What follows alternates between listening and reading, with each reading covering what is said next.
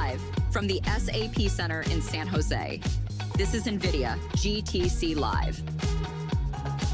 Over the coming days, the world's leading developers, engineers, scientists, and founders will gather here at the center of the AI revolution. For the next 3 hours, we'll hear from the pioneers, the architects, and the builders transforming every industry. From robotics and research to global AI platforms, every layer of the computing world is being reinvented. All leading up to the moment we've all been waiting for. NVIDIA founder and CEO Jensen Huang takes the stage to define what comes next. Welcome to GTC! So settle in, you're not going to want to miss a moment. NVIDIA GTC Live starts now.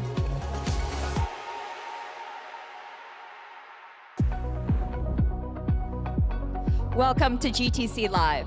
We are kicking off NVIDIA's 4-day GTC conference, where developers, researchers, startups, and industry leaders gather to explore the latest advances in artificial intelligence and accelerated computing. Everyone's starting to arrive for Jensen Huang's keynote address. But first, we are here to bring you the pregame show. We have the key builders of the age of AI here with us today. Get ready for a lively and in-depth conversation about the technologies shaping the AI era, creating intelligent agents, robotics, autonomous systems, and the infrastructure around the world to power it all. I'm Sarah Guo, founder and managing partner of Conviction, an AI-native venture firm where we partner with founders building the next generation of intelligent software companies.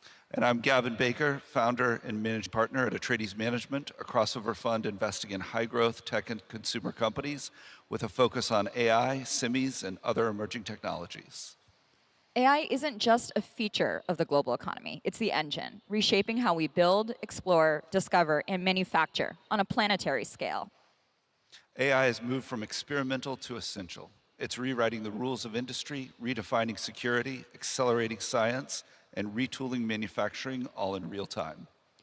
This show marks the 1-year anniversary of the first GTC pregame show. Last year, the pregame show was a small production tucked into a corner of a balcony here at the SAP Center. But since then, GTC has traveled the world, Paris, Taipei, Washington, DC, and back again today to San Jose, where it's literally bigger than ever.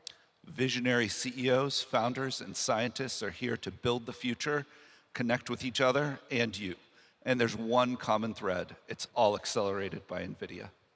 The GTC pregame will bring you 5 panel discussions with tech's biggest names, covering accelerated computing, how AI is becoming essential infrastructure, how open models power the ecosystem, how agentic AI is at an inflection point, and finally, how AI is entering the physical world.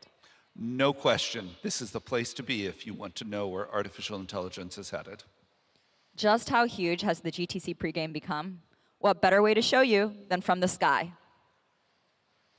And how awesome is it that we are outside this year, Sarah? It's amazing. And you know, this stadium usually houses tens of thousands of Sharks fans screaming about hockey. Now they're all equally, same level of energy about token throughput, compute access. I love it. Same level of energy? I mean, I feel like this is next level. All due respect to the San Jose Sharks. I'm sorry, better level of energy. Yeah, we have an arena filled with token maxers. And what an amazing production. To help us cover it all is our special GTC correspondent, Tiffany Janzen, who's out there in Arena Green. Tiffany? Thanks, Sarah. Hi, everyone. I am here in the pregame lounge, and can we just take a moment to appreciate this? I mean, first of all, look at all these awesome couches, chairs, coffee behind me. Not like it's necessarily needed, though, because the energy here already is incredible. Now, I got here, I think it was around 7 a.m. this morning, and there was already a line of people waiting to get in, which is incredible. And now you can see the line behind me. It's even bigger, and it's going to continue to just get bigger and bigger before the keynote. Which, speaking of attendees, they come from all over the world. I go to a lot of different conferences and events, but I can tell you with certainty, this is the biggest. People come from everywhere. When you go into a room, the energy is just electric. You hear people talking about different business deals, future of technology, starting companies. I mean, you can't help but feel so inspired. Now, today, I'm going to be taking you along for some really incredible conversations with some of the biggest names in tech. We are going to be talking about everything from agentic AI, physical AI, which, by the way, is a topic I am very excited about right now. I mean, over the past year, the idea of, a humanoid in my house being able to do laundry for me, I need that, like, really badly. We're going to be talking from everything from energy, autonomous vehicles, and so much more. Now, these conversations are going to cover not only what these thought leaders, these tech leaders are focused on right now, but what they are thinking about when it comes to the future of technology. We see it moving so quickly. Last year at GTC, I remember thinking to myself, there's no way NVIDIA can outdo themselves. But this year, they have. The energy here, one thing I really noticed is last year, the kind of energy was more so, okay, what's next? What's coming up? Now, this year, it's more so, where we see the results, we see how fast it's moving, where are we going to take this, what are we going to build next? And that is so exciting. And I think a lot of the conversations today are really going to cover that, so you know where to put your focus, what's coming up next. And as I mentioned earlier, the robotics, that is something that I personally am very, very keen on. Now, I think with Janzen's keynote today, it's going to really focus and shape as to what's coming over the next decade, really, where these technologies are headed, how these enterprises are building with them, which is something extremely excited. Now, I can hear behind me the crowd, the line. I mean, I remember last year there's some bridges that are going like 10 minutes, 20 minutes past the venue, and people are still lined up. It's really incredible. So stay tuned for some of those conversations I'll be having, but in the meantime, I'm going to throw it back to the stage. Thanks, Tiff. Looking forward to it. Accelerated computing is driving breakthroughs in science, transforming manufacturing, and advancing healthcare. It's turbocharging how engineers imagine, simulate, and refine the technologies that shape our world before actual fabrication even starts. What began as a way to render pixels has become the foundation of a new era of computing, and its moment has truly arrived. For 30 years, we've been advancing accelerated computing. We invented CUDA, and we observed its moment has now arrived, irrespective of AI.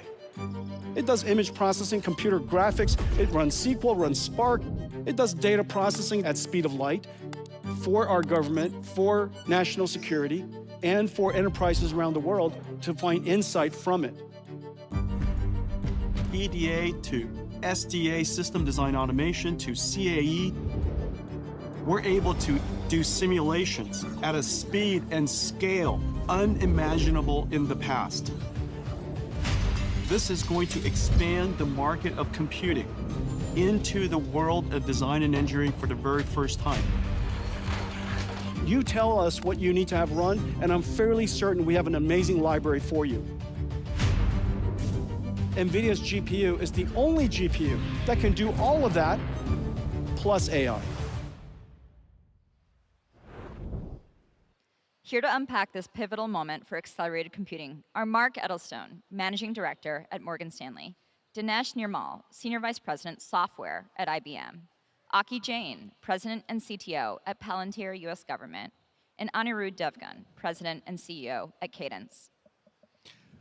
Mark, I thought we'd start with you. You've been involved with NVIDIA as long as anybody outside the company as the analyst who took them public. It was quite a risk for you at the time, given 3D graphics was not maybe the best industry in the world. I'm just curious, what did you see in Janzen? What did you see in the company to make you take that risk? And I'd love some anecdotes from the early years. Yeah, certainly it's been an amazing ride from the very beginning. I first met the company back in 1996, and it was an interesting start. So they had just basically done their NV1 and NV2 chips.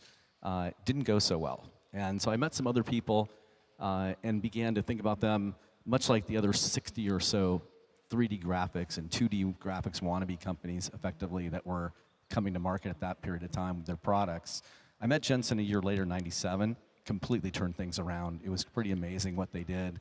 They brought out their Riva product line that just completely transformed the industry. And so, you know, what I saw there was this company that had this incredible view that you got to build platforms. Basically, it's a combination of architecture, algorithms, software, compatibility, and do that over and over and over again. And so they really just changed the whole environment of what we had seen historically, where in this market for graphics, everybody would leapfrog one another. And so companies could maybe hold together 1 or 2 generations of success, and then the next player would come in.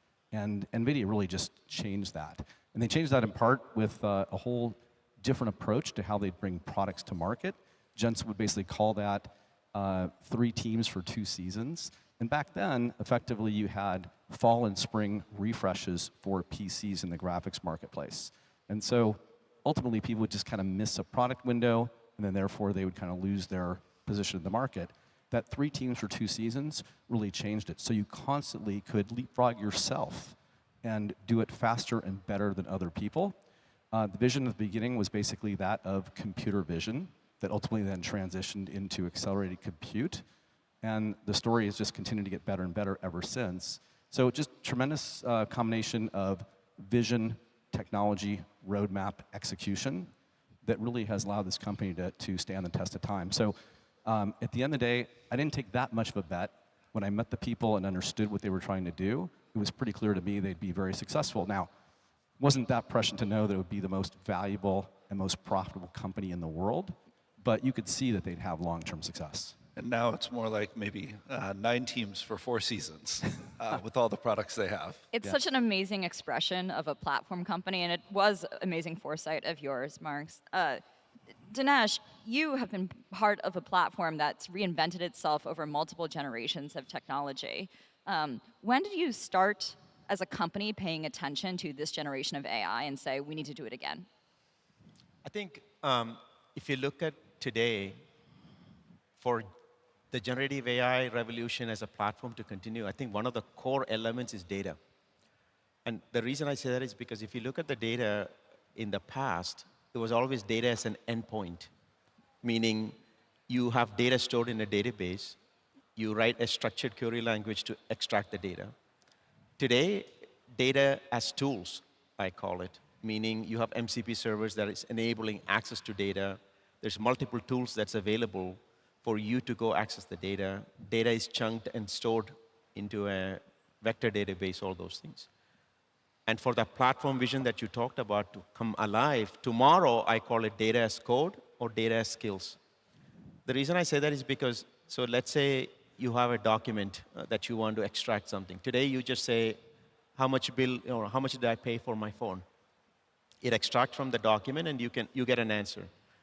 Tomorrow you want to do the same thing. When I talk about data as code or data as skills, what's going to happen is you can go to Claude Code and say, create me a program or an application that enables you to do that. That is the trick, because that enables you to, one, flexibility. Because now the next time you have the same set of questions or different questions against the document, it can modify the code rather than regenerate the code. So the flexibility is there.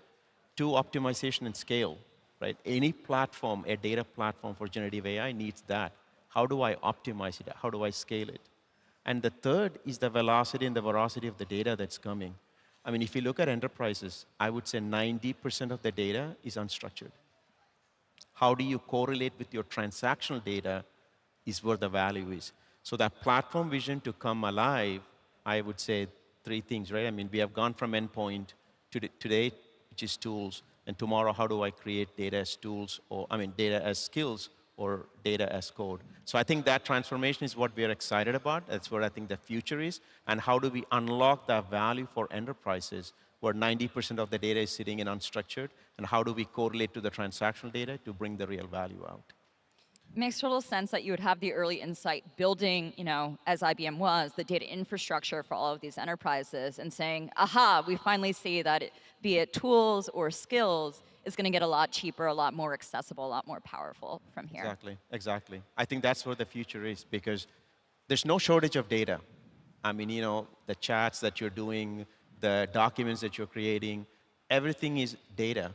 But how do you really create the value for that data is where the enterprise are struggling, because how do we make sure that, there's so much transactional data happening, but the velocity of data or the volume of data is coming from unstructured side of things. So every enterprise is looking to say, how do I really create value on the unstructured side but also bring the transactional correlation to really make generative AI a reality, especially on real time. Awesome. Aki, first, thank you for keeping America and our allies safe.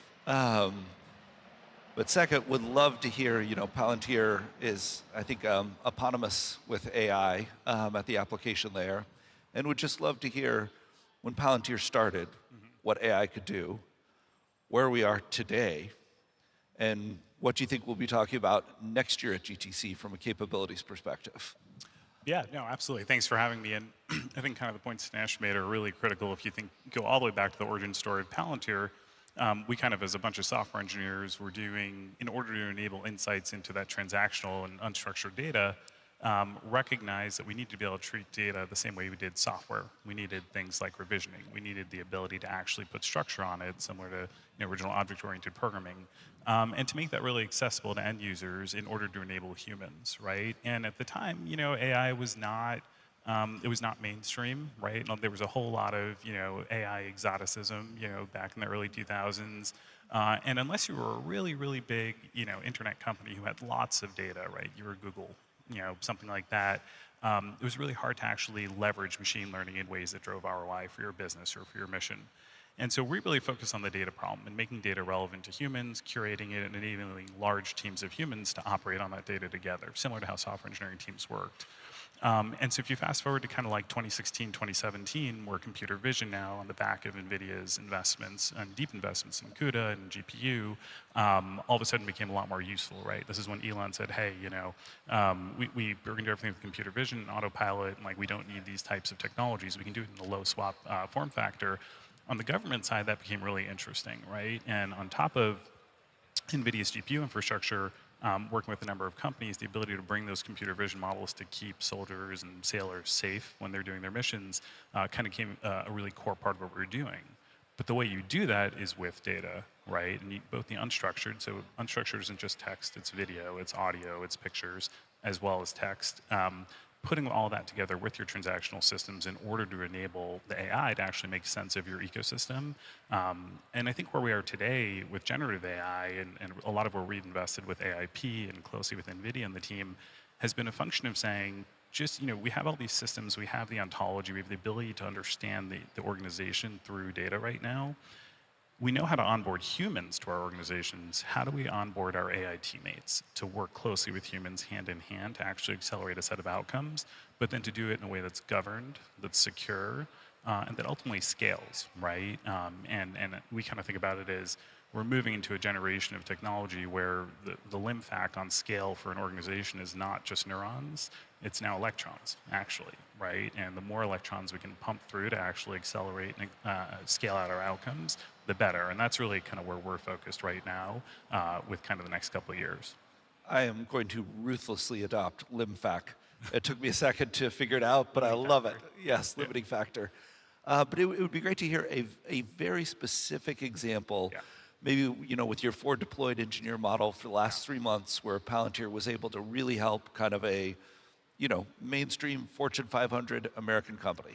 Yeah, absolutely. So one of the things we've really started to invest in is what we call AIFDE, right? So these are AI forward deployed engineers. And the whole concept of forward deployed engineers early on was to say, a lot of organizations and companies don't understand how to model data, how to actually build an ontology in a way that's going to be useful to answer their long-term analytic questions. We've all done this. We've built, 5-year schemas and roadmaps of organizing all our data, and on day 3, you abandon it. It's very hard. Right, yeah, it's got to be iterative. And so really, working a good example of this would be some of our work with GE Aerospace as an example.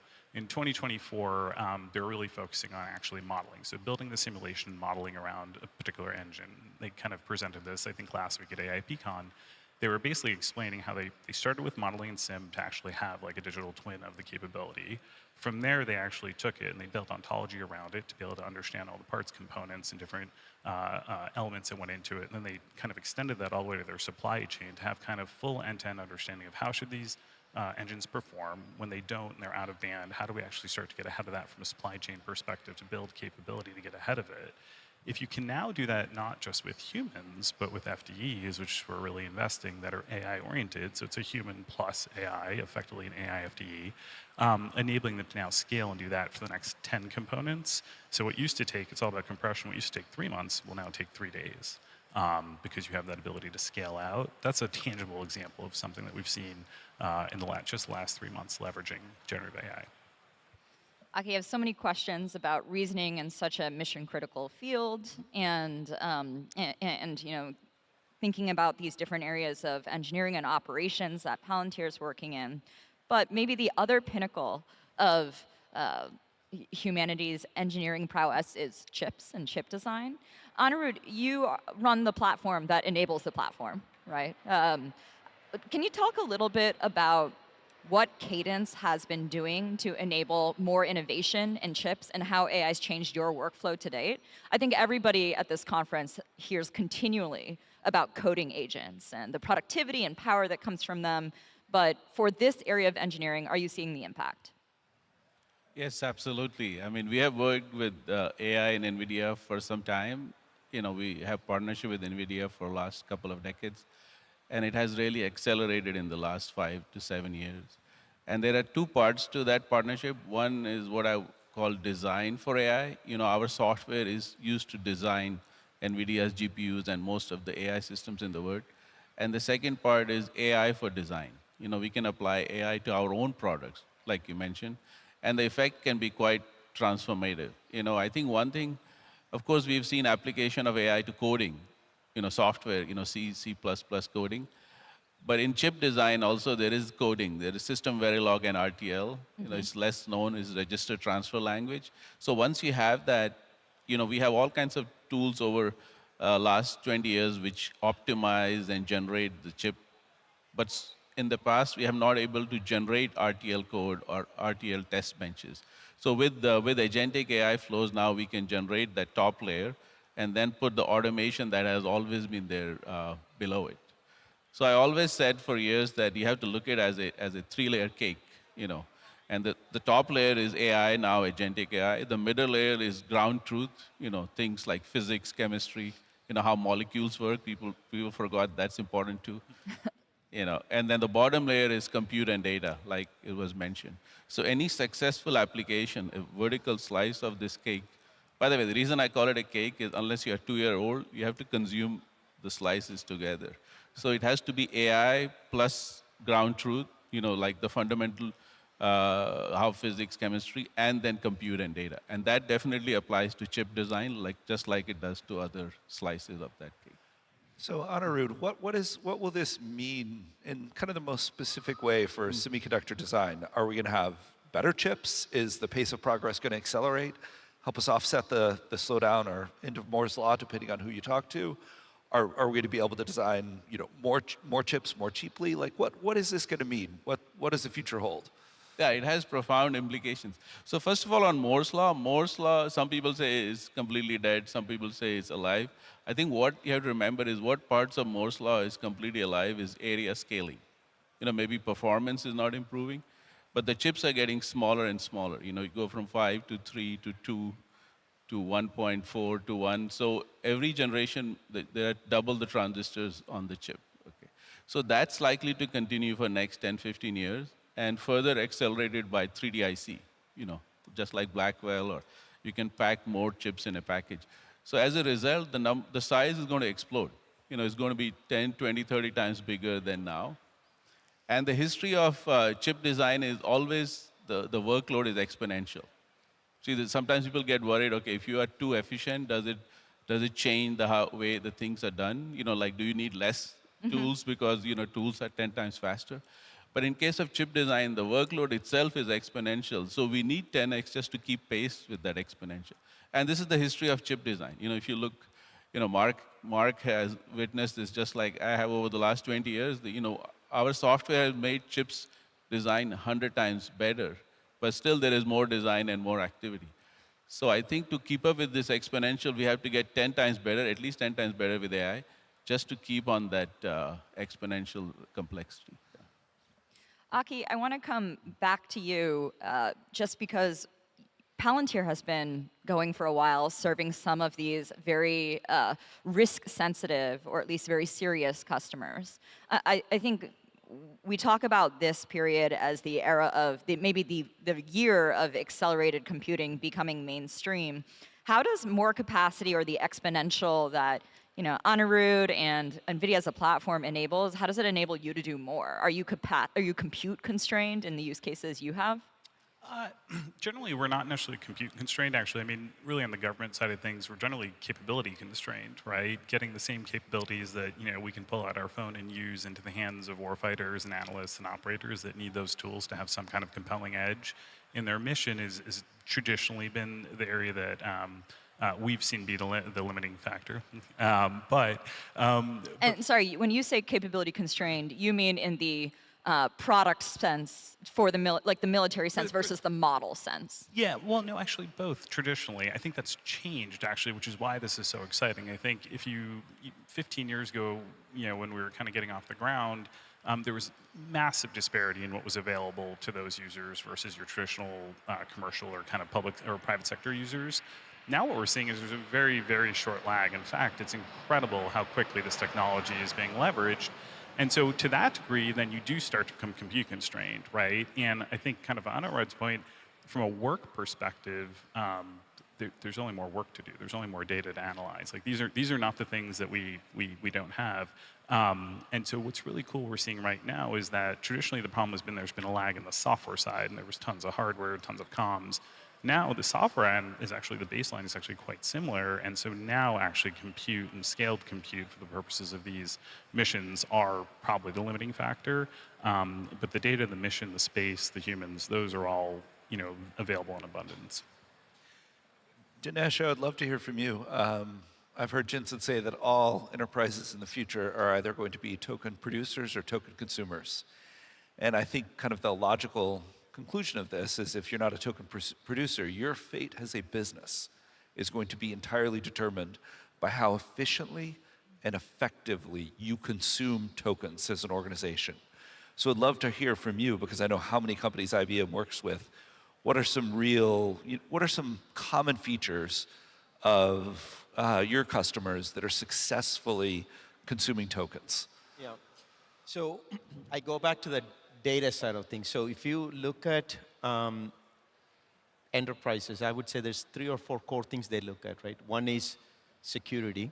Obviously, it's very critical. Scalability. How do I scale? And that's where the tokens piece comes in, because it's not just producing and consuming. How effectively and efficiently are you doing that? Because there's a cost associated with it. The third one is reliability, because once again, coming back to the token, if the answers are not correct, it causes even more damage for an enterprise. So if I go back to the billing question, which is, what was my bill last month, and why did it go by $5? Now, when you ask that question, obviously everything is a token, but when you ask that question, you're expecting the correct answer. Not somewhat correct answer, but accurate answer. If you don't get that, you as a consumer is not happy. Immediately, what do? You cause some damage by putting it on Facebook or wherever else. So for every enterprise, it's not just about the token, but the reliability of that answer becomes so critical. In this world where we live in, where the data information flows so fast, it's so important, that reliability. The last piece that I would say in that token producing piece is responsibility, meaning, can I answer why that answer was given? In the generative AI world, it becomes a bit more harder, and that's where the companies like IBM, Palantir can come help, because the explainability of that answer becomes so important. Why did I produce that answer, and how do I, if a regulator comes, especially in the regulatory industries, you got to be able to explain why you made that decision or you gave that answer. So 100% right that token producing and token consumption is important, but the work that needs to get done, and this is where Palantir, IBM, others are excelling, because you got to take that data that's coming in, the ingestion phase. How do I clean that data, make it trustable, and make it available for these models to eventually for a consumer to use it as token consumer or producer? So one more example, and then so if you go back to the past, right? it was all about events. Everything at an enterprise is an event. And events are causing a lot of data. But events also was a consumer and a producer. You have a producer of events, and you have a consumer of events. And that's where Kafka was born. Kafka took off. Same thing is happening here, right? I mean, you have a token producer and a token consumer. But in that process, the reliability of answers matter, and the responsibility or explainability matters. So in the same way that effectively, Claude Code, to me, the reason coding really exploded as this use case is people figured out how to have a really good harness for it that gave the model the context and maybe not as much explainability, but there's a big opportunity to build harnesses for every use case imaginable. Correct. And even on that, to touch base, that's a really good point that you bring up, which is, it's not about producing code. I mean, you can use Cursor, you can use Claude Code, you can use, many tools out there as an IDE to produce code. But what is the quality of that code? Because if I'm spending more time fixing that code, then I don't get the value. So that's why many vendors don't talk about the quantity of the code, but they're more focused on the quality. Also, how do I get tasks done? Meaning I want to go from Java 7 to Java 17. What used to take me 1 month, can I do it in 2 days? So I think it's moving from code production, because everybody can claim I created 30,000 lines of code. But if that 30,000 lines of code is not good quality, then you're spending even more time fixing it. So that's where the focus is going to be. How do I make sure? That's why I said the reliability matters. How reliable is the data? How reliable is the answers? How reliable is the code? I think that is where the focus is, and that's where we are really helping enterprises. As enterprises work through this hinge moment of, struggling through the usefulness, productivity, interaction mode with these models, can we look ahead a little bit? Mark, you have been watching this company and this industry for 20 years. There's never been more attention paid to semis and its impact on all of us. If you were going to make a prediction on, the next era of NVIDIA and what it means for all of the businesses that rely on it, what would it be? Well, I think we're still quite early in this revolution that's happening here on AI. Obviously, it's been initially on training, moving to inference, but the whole world of physical AI is yet to come. And when I look at what NVIDIA is so good at, which is driving parallel computing, taking advantage of their platform approach to things, where you really have to enable the entire ecosystem, that's what I think we'll see, tremendous growth for them in the future. And so far it's been amazing. You look at this company and how they've evolved over time.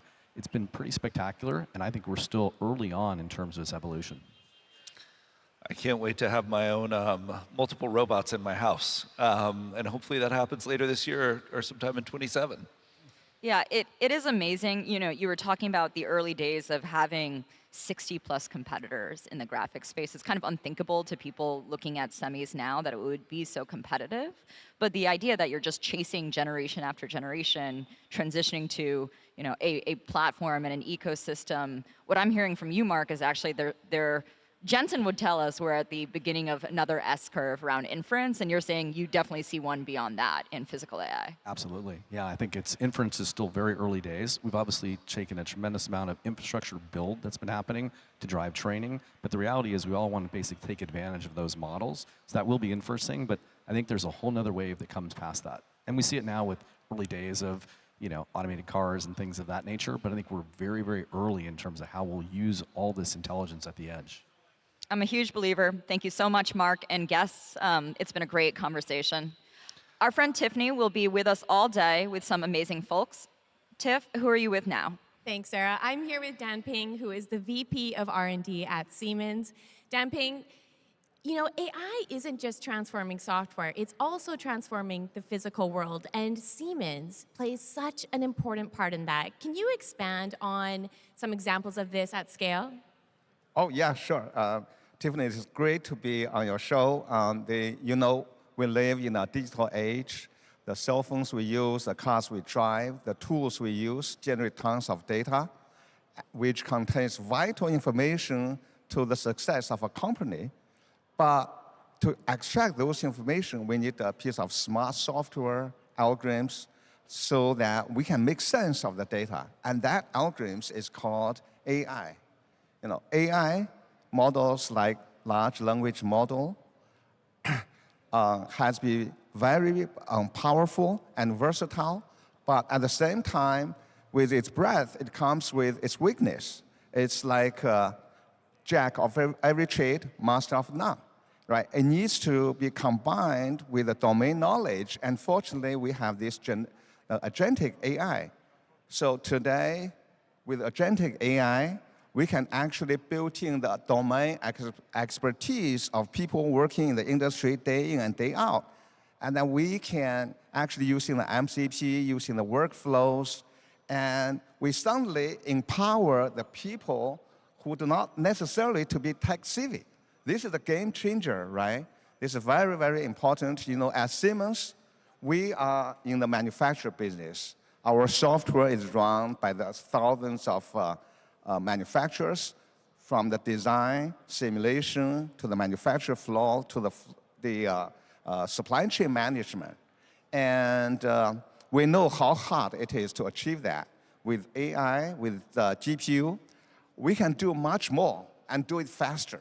Right? At Siemens, at CES, the Siemens CEO, Roland Busch, and Jason was on the stage. They announced that there is going to be a joint partnership between Siemens and NVIDIA in 4 areas: the AI in simulation, AI in supply chain management, AI in manufacture, and AI in EDA, right? So I came from the EDA industry. I can say a little bit more about the EDA. So for years, the designers has been using the EDA software to design the chips that is faster and better. With GPU, the GPU is like a monster, right? Compare with the chips you find in the iPhone. And today, we are using AI and GPU to design GPU. We do this by leveraging we run the physical simulation on the GPU with much improved speed. We use AI to build the process model with unprecedented accuracy and speed. So this is one area. The other one area is we do use generative AI and agentic AI to control our workflow so that the software will think and take actions. That's very critical. Right? It is. And Danping, one thing you mentioned is just how quickly these workflows are speeding up now due to this. I really want to cover quickly here about digital twins. Do you have an example of a company that is using digital twins and you've seen the workflows accelerate? Yes. At Siemens, working with NVIDIA's Omniverse, we built this tool called Accelerator. Now, the teams across the globe can use this software in a virtual environment with realistic, in the world. They can change the design, they can tweak in, make decisions. That is great. Danping, thank you so much for that example and for your time. I am so excited for what Siemens is doing and what comes next. But for now, I'm going to pass it back to the stage. Thank you, Tiffany.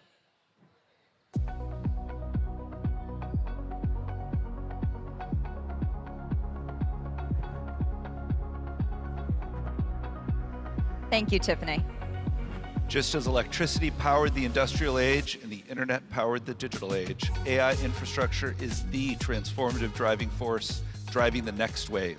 AI requires a new kind of computing, purpose-built systems designed to produce intelligence at massive scale. Here's a look at how AI is becoming the foundational infrastructure of the modern world.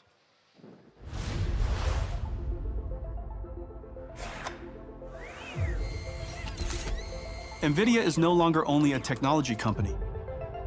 We are an AI infrastructure company. AI is essential infrastructure.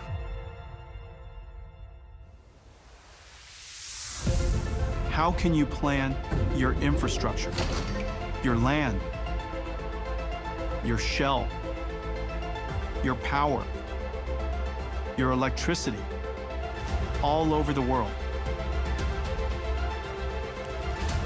We described our company's roadmap in enough detail that everybody in the world can go off and start building data centers. We're clearly in the beginning of the build-out of this infrastructure. Every industry will use it, and every country will have it. I'm certain of that.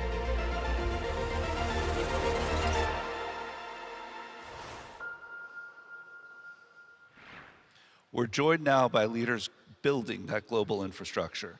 Michael Dell, founder, chairman and CEO, Dell Technologies, our second year in a row, Michael. Michael Intrator, co-founder, chairman and CEO of CoreWeave. Lynn Qiao, co-founder, CEO of Fireworks AI. And Joe Creed, the CEO of Caterpillar. Michael, you are a legend at understanding the hardware business that comes with each technical revolution. You were there for the PCs, for the cloud. Now with AI, you are building these gigantic data centers, and yet there's also renewed interest in having a ton of compute at the consumer edge with OpenClaw and these types of projects. How do you think about where the distribution of compute is going forward? I think it's going to be everywhere, right? There's been the debates over the years about, on what side of the network does computing power grow? And the answer is both, right? It's kind of always been both. But now with autonomous agents, certainly we see tons of distributed inference growing. And 2 years ago, we introduced the Dell AI Factory, right? And we had customers that sort of knew what they were doing, but a lot of customers needed help. Now we have this AI data platform with an orchestration engine to organize all the data. That's incredibly important. Of course, the infrastructure continues to evolve and expand at an incredible pace. And we have the GB300 in the workstation level and increasingly powerful machines that can run these autonomous agents all the way to the Vera projects that we're doing with Mike and many others. And it's incredible to see the pace of the build out, and the demand for compute and inference is highly distributed. Tons at the edge, tons in smaller data centers, and tons in the larger data centers too. I think one of the things that's really striking for everyone on this panel is the new level of scale you are figuring out how to operate at and able to enable this ecosystem, right? It's not a single unit, it's a factory. The complexity and engineering in that is something that you're enabling tons of other people to take advantage of in partnership. Yeah, and it's a combination of course, all the advances in compute, but also the network fabrics, the storage. We built a whole parallel file system, our Lightning file system, the fastest file system in the world. You got to feed these GPUs the data super fast. And as the networks grow, and of course, KV caching is incredibly important as you get more complex queries and multi-agent systems. And so having this sort of layered memory system with KV caching is in some ways the growth of the memory and storage and data is more than the compute itself, because of the way the algorithms work. And a big plot inside the enterprise is, how do you unlock all this cold data that has never really been used? And this is what we see happening with these 4,000 plus customers now. They're figuring out how to activate that data and really make this real inside their businesses. But it's a lot more than just hitting a button and all of a sudden you've got AI. You've got to organize the data and curate it, and also work on the processes in a company to make it effective. But we're now seeing thousands of companies do this, and I believe we're still at the beginning of it, actually.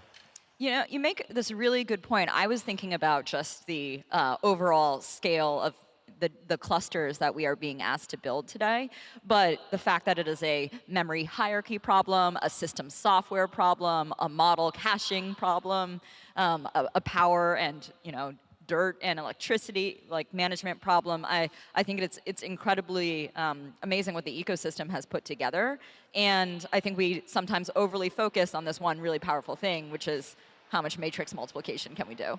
And importantly, bringing all the data together, because in the previous IT architectures, you had silos of data, hundreds or thousands of them, inside a large corporation, and there was never any reason to bring all the data together. Well, now there's a reason to do it. Absolutely, and an insightful observer who we're going to hear a lot from, maybe I guess in 90 minutes, described it as a 5-layer cake. And Mike, you are CoreWeave, Mike. You are an important, you're an important part of that cake, and would love to hear. I think a big focus of today's keynote is probably going to be the disaggregation of inference into prefill and decode. What could this mean for your business?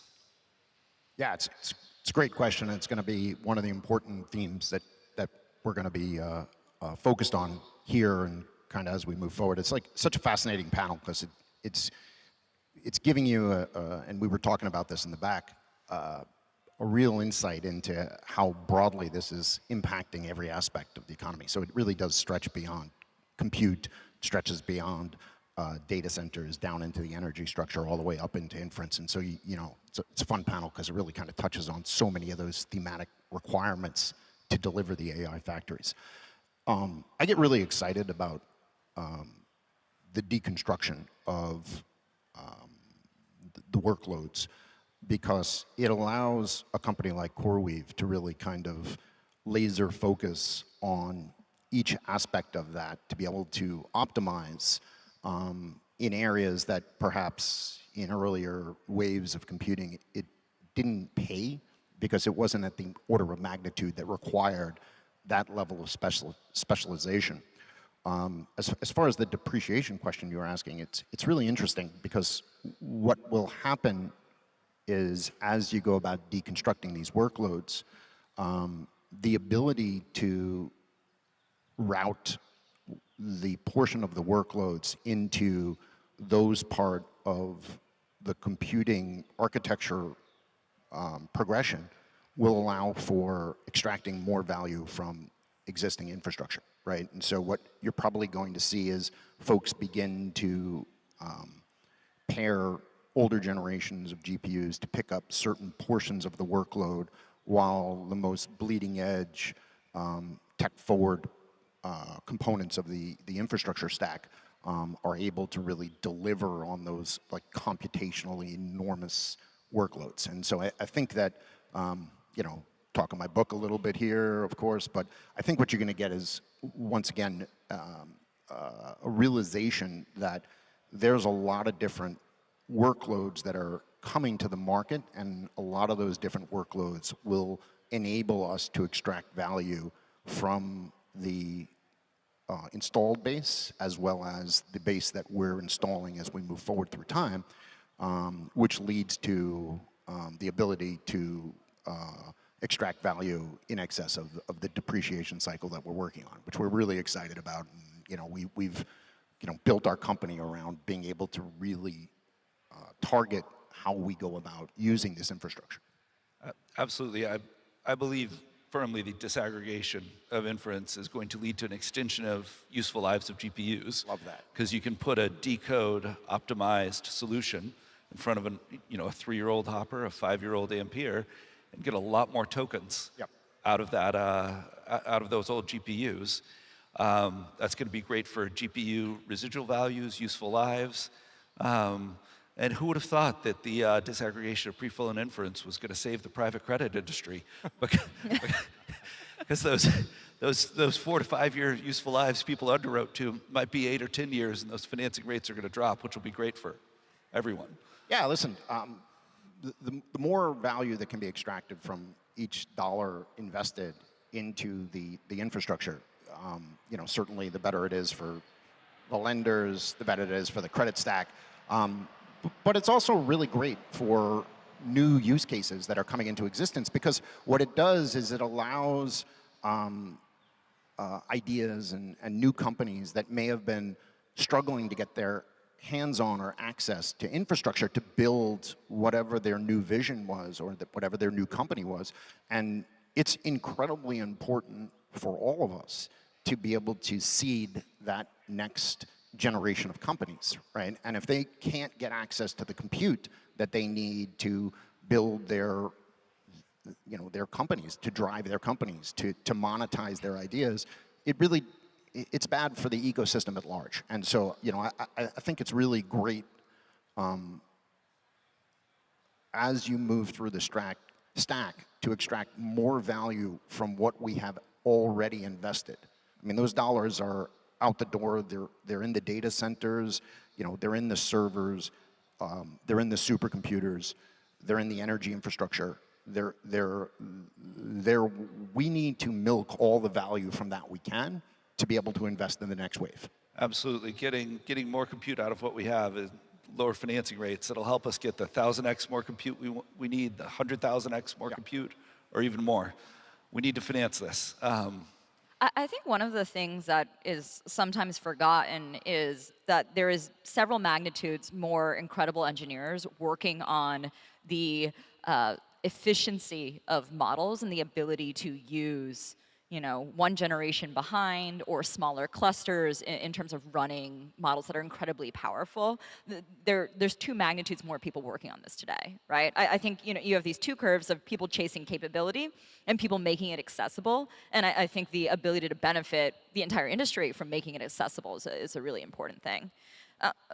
Lynn, if inference is going to increase 1,000x, or as Janzen says, maybe 100,000x from here, today it's still dominated by a couple large labs. Your business is about enabling other people to run their own inference. When does that transition happen? When do they begin to care about owning it, or, you know, what other attributes matter? Right. We start to see increasing, significant, explosive increasing adoption of customized inference.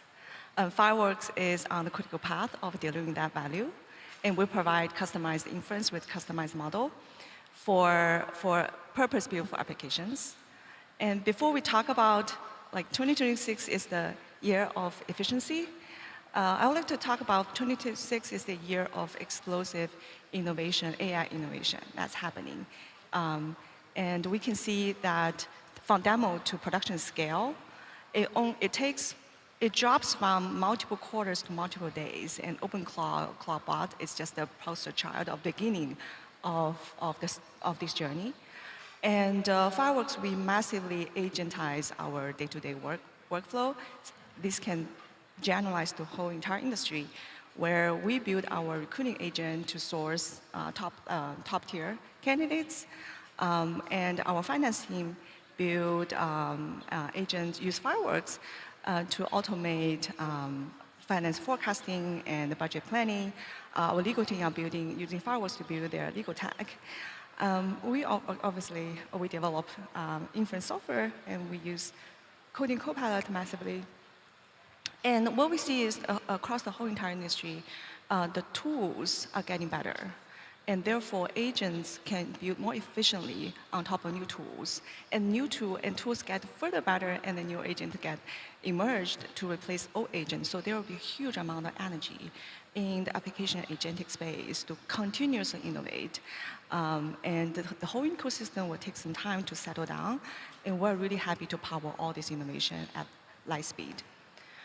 Now, talking about 2026 as the year of efficiency, we have seen the explosive usage, consumption of token from our own company and from all of our customers. And it's kind of interesting phenomenon that now today, having product market fit doesn't mean having a durable business. It's very strange, because in the typical SaaS era, having product market fit, you just scale as fast as you can. And today, there are so many cases, whether they're startups or incumbents, they will literally scale to bankruptcy. So this is because fundamentally, inference is not as cost efficient yet as before, because the whole entire supply chain, we are going through the evolution of being operational efficiency. All the way from the software stack to hardware to data center to energy, the whole entire system is going through this revolution. I think we are all working together. Everyone is all working together to bring down the cost to the cost of ownership. We are approaching this in a very unique way. What we think about this is we don't think application or agentic builder should be API wrappers.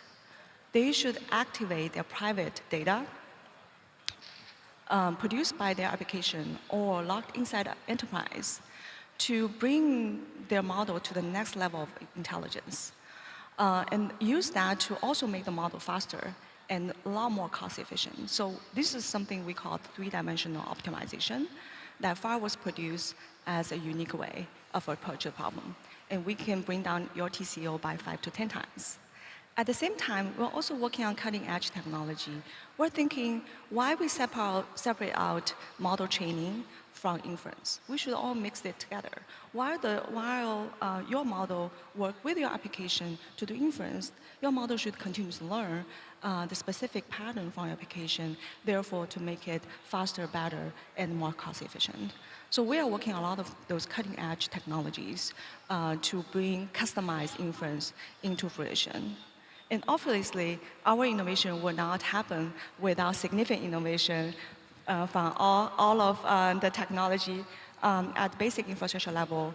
And particularly, we are very excited about the new Rubin and Grok integration because this is a massive disaggregated deployment at hardware level. But we also think, hey, when we blend training and inference together, we can also do a lot more aggressive disaggregation, as in every single bottleneck, they shouldn't be blended together. They can scale completely independently to drive the maximum amount of efficiency. So this is an extremely exciting time for us and to see all the impact building on top of us and work with all of you to drive the innovation here together. Awesome. So Joe, thanks for being with us here. The world is structurally short wafers and watts.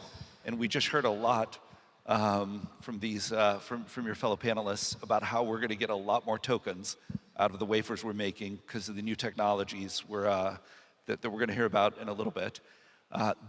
More tokens per watt means Jevons paradox. We're going to consume way more tokens and way more watts.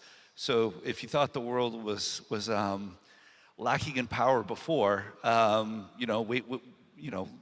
out 12 to 18 months. But I know you guys have been increasing capacity.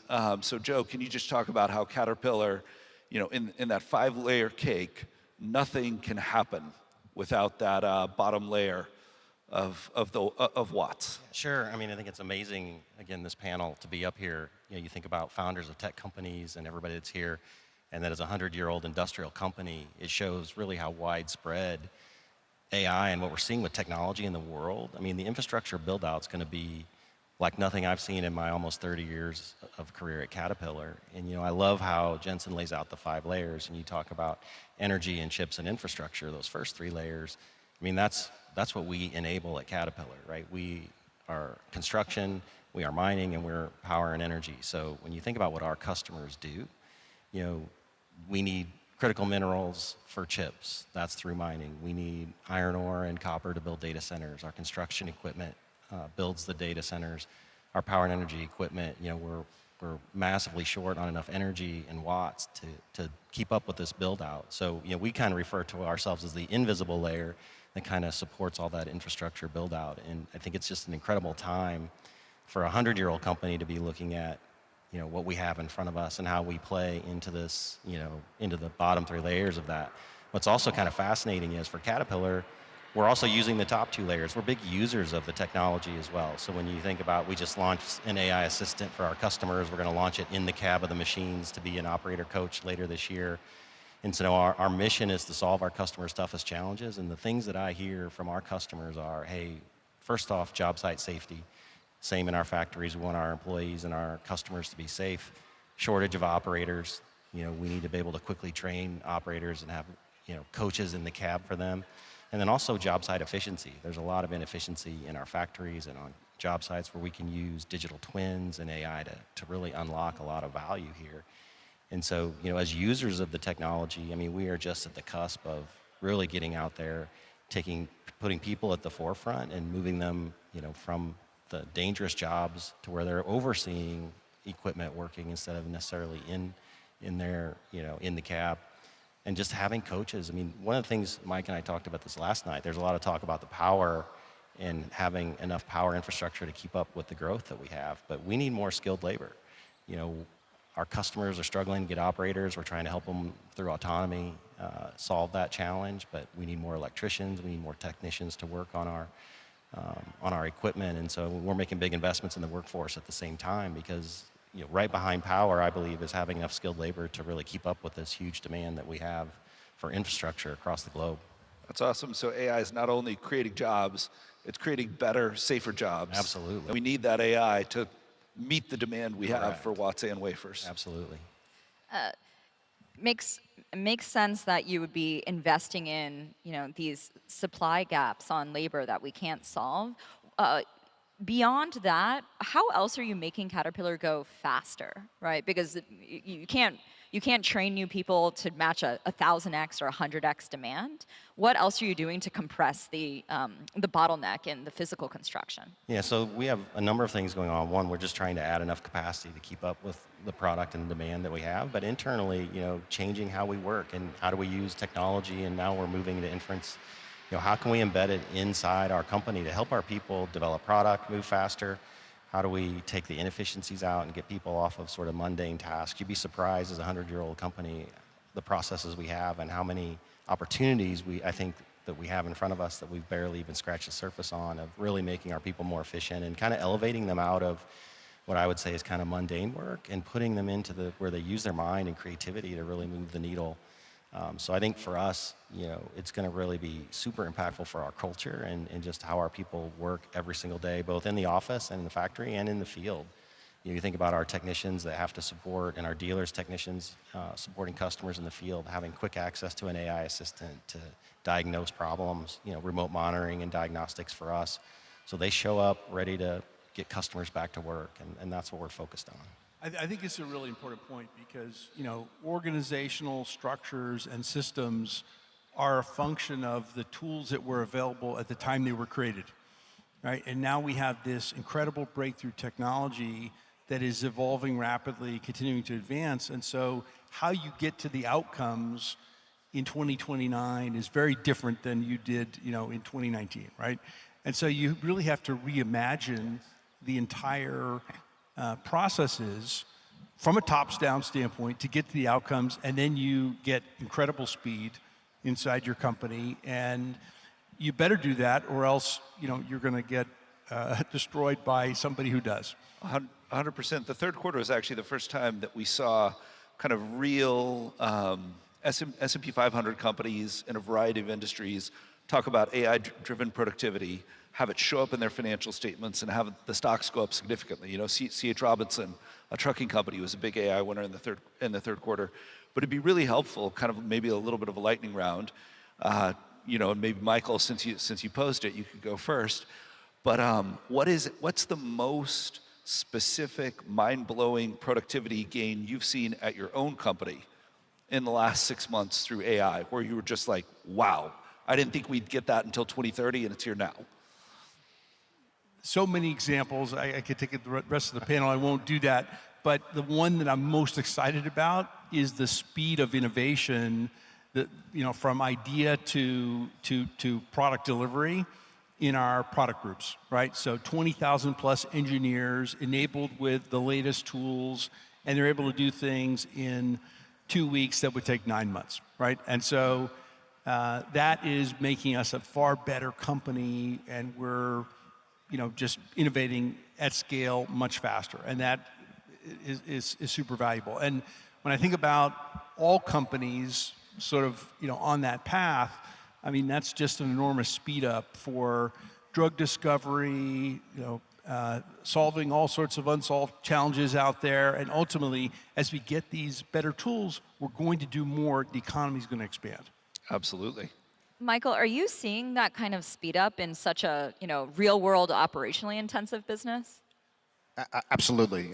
So one of the great things about this panel here is that, for me, is that I'm getting affirmation that every single part of the stack is seeing similar types of challenges, similar types of hurdles that they have to address in order to maintain the pace of the build-out of infrastructure. And whether or not we ultimately hit Jensen's lofty numbers of how much more compute is required or not, directionally, that is where we are going. And so the challenges that all of us are going to face are going to be sustained. One of the things that I do believe is that when you introduce new technologies like this, they tend to come from the fringe inward towards the core of what a business does, right? And that there's numerous different... Who's the fringe right now?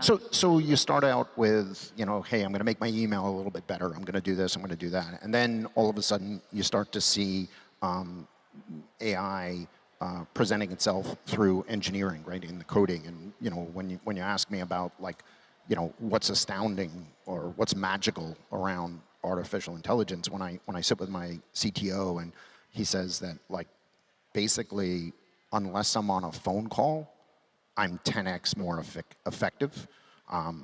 These are pretty talented engineers to be able to magnify the impact of those engineers who are building this by 10x, unless they're you know, working with a client, going through the kind of normal cadence of how you build a business. That's incredible, right? And so my expectation of how our company will feel the impact of this was that you start on the margin and kind of work your way down towards the core of what a business does. And so you're going to see, you know, just enormous strides in terms of the velocity with which we're able to drive our technology stack, the software layers that sit on top of it, how we go about configuring our data centers to optimize and future-proof them so that we're able to support not just the current iteration of technology, but into the future. You see it working its way through HR so that we are not hiring for tasks, but really hiring for people that are going to be able to carry the company forward. All of these things are driving more productivity and more scaling within our organization. And I think that that's probably a progression that you see across industries. And I'm, you know, like, we're still years away from where it's going to really get to the core of some of our heavy industries. It's just going to take some time, and it's just really exciting. And absolutely, I think we're tracking well ahead of Jensen's lofty predictions from previous GTCs, so let's hope we stay on that path. It'll keep us busy. Thank you so much to this group. You guys are the builders behind the builders, so we are counting on you. And thank you to my awesome co-host, Gavin. Thank you, Sarah. Thank you, team. Thank you. Thanks, everybody. Thanks, guys. Let's check in with Tiff and see who she's talking with backstage. Thanks, Sarah. I'm here with Claudia Blanco, who is the Chief Innovation and AI Officer at GE Vernova. Claudia, you know, when we think AI, we're really starting to realize just how much AI and energy are converging. What are some opportunities there for GE Vernova? Thank you for the question, Tiffany. And first of all, I'm really glad to be here today with all of you. So we are in a unique moment in time, right? So we see, like, large AI data centers are demanding more power, more energy, and is where we came into the intersection of things, right? So we need AI for AI, actually, is what I like to say. So how those large data centers will require energy when the power system requires the combination of things to happen, right? So from how to generate more energy to how to transfer this energy with more capacity, but also how the distribution can be done more efficiently, right? And also combining with sustainable solutions. So it's a large mix of things that has to happen at the same time to make it work. And AI at the same time play a key role. So at the time that we have to provide this power system and all that is required to make it work, it's also very important to know that AI can help a lot to manage the power systems, right? Absolutely. I love that you said AI for AI. I think I'm going to steal that from you. I'm going to use that one. You know, I'm curious to get your perspective on this. What are some parallels when it comes to the energy grid and AI infrastructure that you're seeing? A very interesting question, because actually we see that parallelism. If we think about how the power system infrastructures were built 100 years ago, it was a unique moment as well. Many things had to happen, right? From the power architecture to be built, to also the transmission systems and also the subsystems to the distribution, as well as the automation and control at the edge. So all of these had to happen 100 years ago, right? And we see something very similar today with the AI infrastructures, right? How the large data centers will require a combination of multiple things to happen as well. That would require a big transformation. So how to merge the power supply, the power systems with computing, with also, all that is going to be the cooling systems and the infrastructures management of an AI data center, it will require also a big transformation. So I see a very important parallelism there. Absolutely. I think it's so important to be able to look back. You mentioned 100 years of energy grids and taking learnings from that into our future and what we are building next. I'm curious to get your take. How is software really reshaping energy management? Yeah, as well, this is something that is going to be critical for us. You know that with AI, actually, we can give, for the first time, the capabilities to our operators to manage the grid, to manage the power system in a more intelligent way, right? So, which means that if we provide this intelligence, power system is a complex system, right? So it's a large amount of data to be managed at the same time that system, hardware, physical system at the edge, and then how can you operate that in a larger scale, right? So AI will provide ways to handle this massive data in a more comprehensive way, more intelligent, and is where it will play a key role. And connecting to the previous question, I think the AI factory concept play a key role here, because we will start designing from the beginning the infrastructure required end-to-end, merging all those systems, power systems, with what the AI data centers will require. Absolutely. Claudia, thank you so much for shedding some insight on that. I am very excited to what the future holds. But for now, I'm going to throw it back to the stage.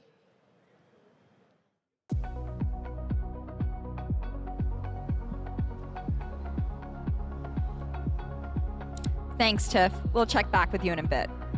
I'm now joined by Sequoia Capital partner, Alfred Lin, who will help lead us for the remainder of the show.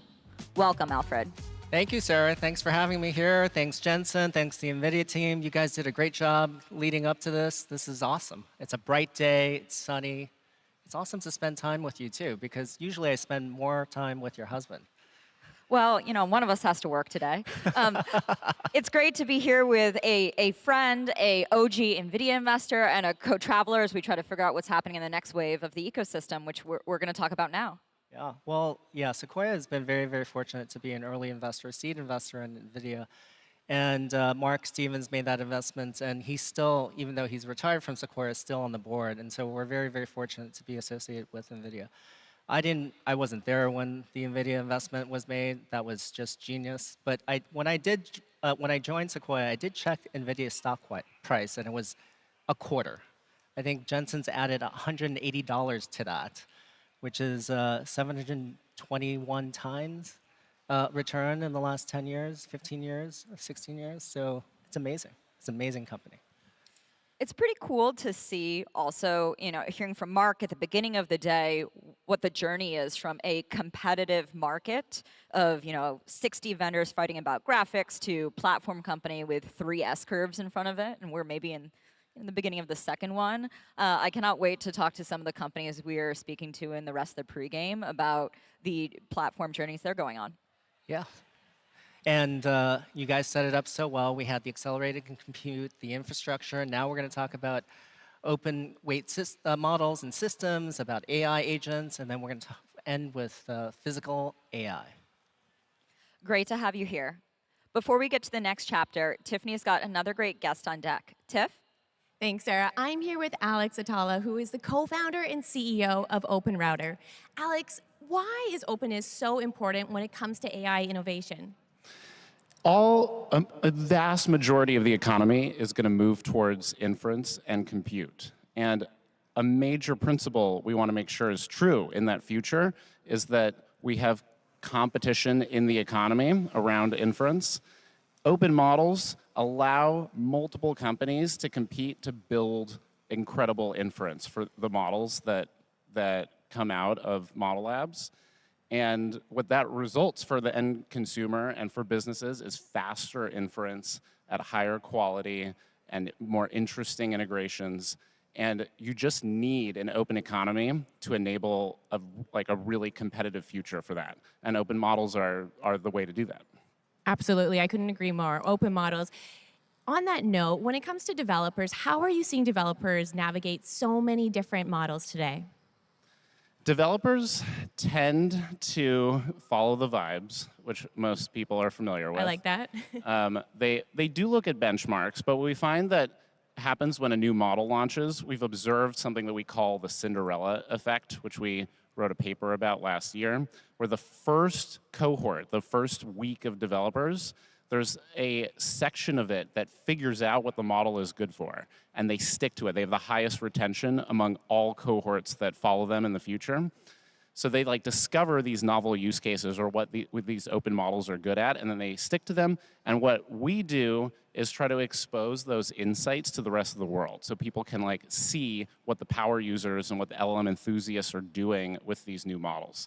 We also see that closed models tend to boost the total addressable market for a particular use case, and then open models come in and help people reduce costs, which becomes a huge thing when you realize, wow, our costs are ballooning.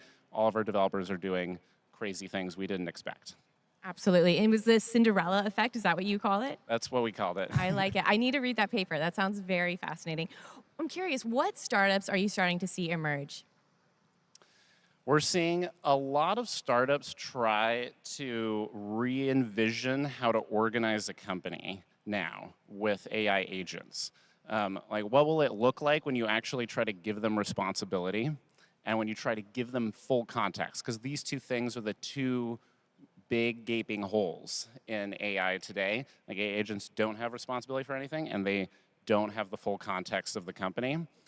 So we're seeing more startups try to work on those two problems. We're seeing a lot of startups just try to get more integrations to AI agents so that they can, act on behalf of humans in different places. We're seeing a lot of interesting agents emerge to just help developers improve their productivity, help developers manage multiple workflows that are happening simultaneously. A lot of startups are realizing, whoa, I have the problems that 100-person companies usually have, and much more. When it comes to AI agents, what is an example, just a quick specific example with AI agents that you're seeing a startup use them for? Very specific example, well, I could just think of all the cases our own company is using them for. Yeah. We're building agents to help our sales team prep for calls, very bespoke agents that run automatically before the calls happen so that they know everything they need to know about who they're talking to. We have agents around auditing for security. We have security audits running constantly, all the time, on all PRs for code that was merged in a week ago. And we have, now we have interesting roll-up agents that are just kind of running ambiently in the background and looking for interesting insights in our data. What apps are emerging. We have data about public apps, apps that opt into public visibility, and we expose all this data to the world in our new apps rankings and in our models rankings. Thank you for those examples. I love hearing specific examples because it really gets me so excited as to what other companies are working on, what people are thinking about. And we're going to continue a lot of these great conversations, but for now, I'm going to give it back to the stage.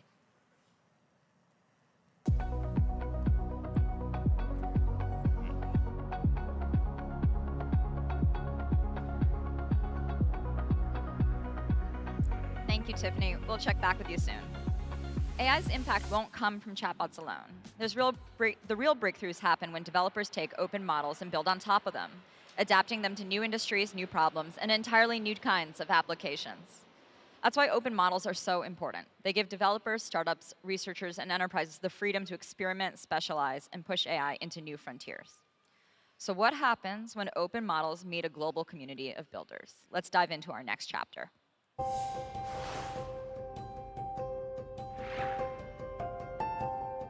Open source models have become incredibly useful for developers. They are now the lifeblood of startups.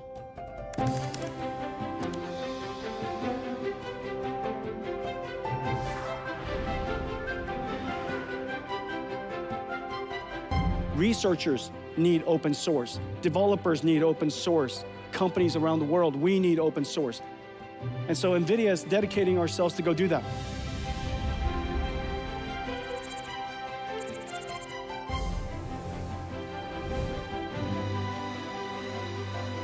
Each one of the industries have its own use case, its own data, its own use data, its own flywheels. All of that capability, that domain expertise, needs to have the ability to embed into a model. Open source makes that possible.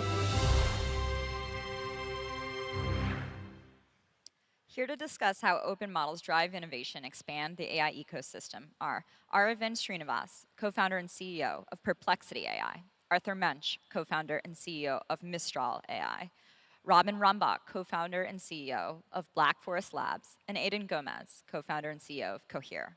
Welcome. Welcome, everyone. First, let me start with Arvind.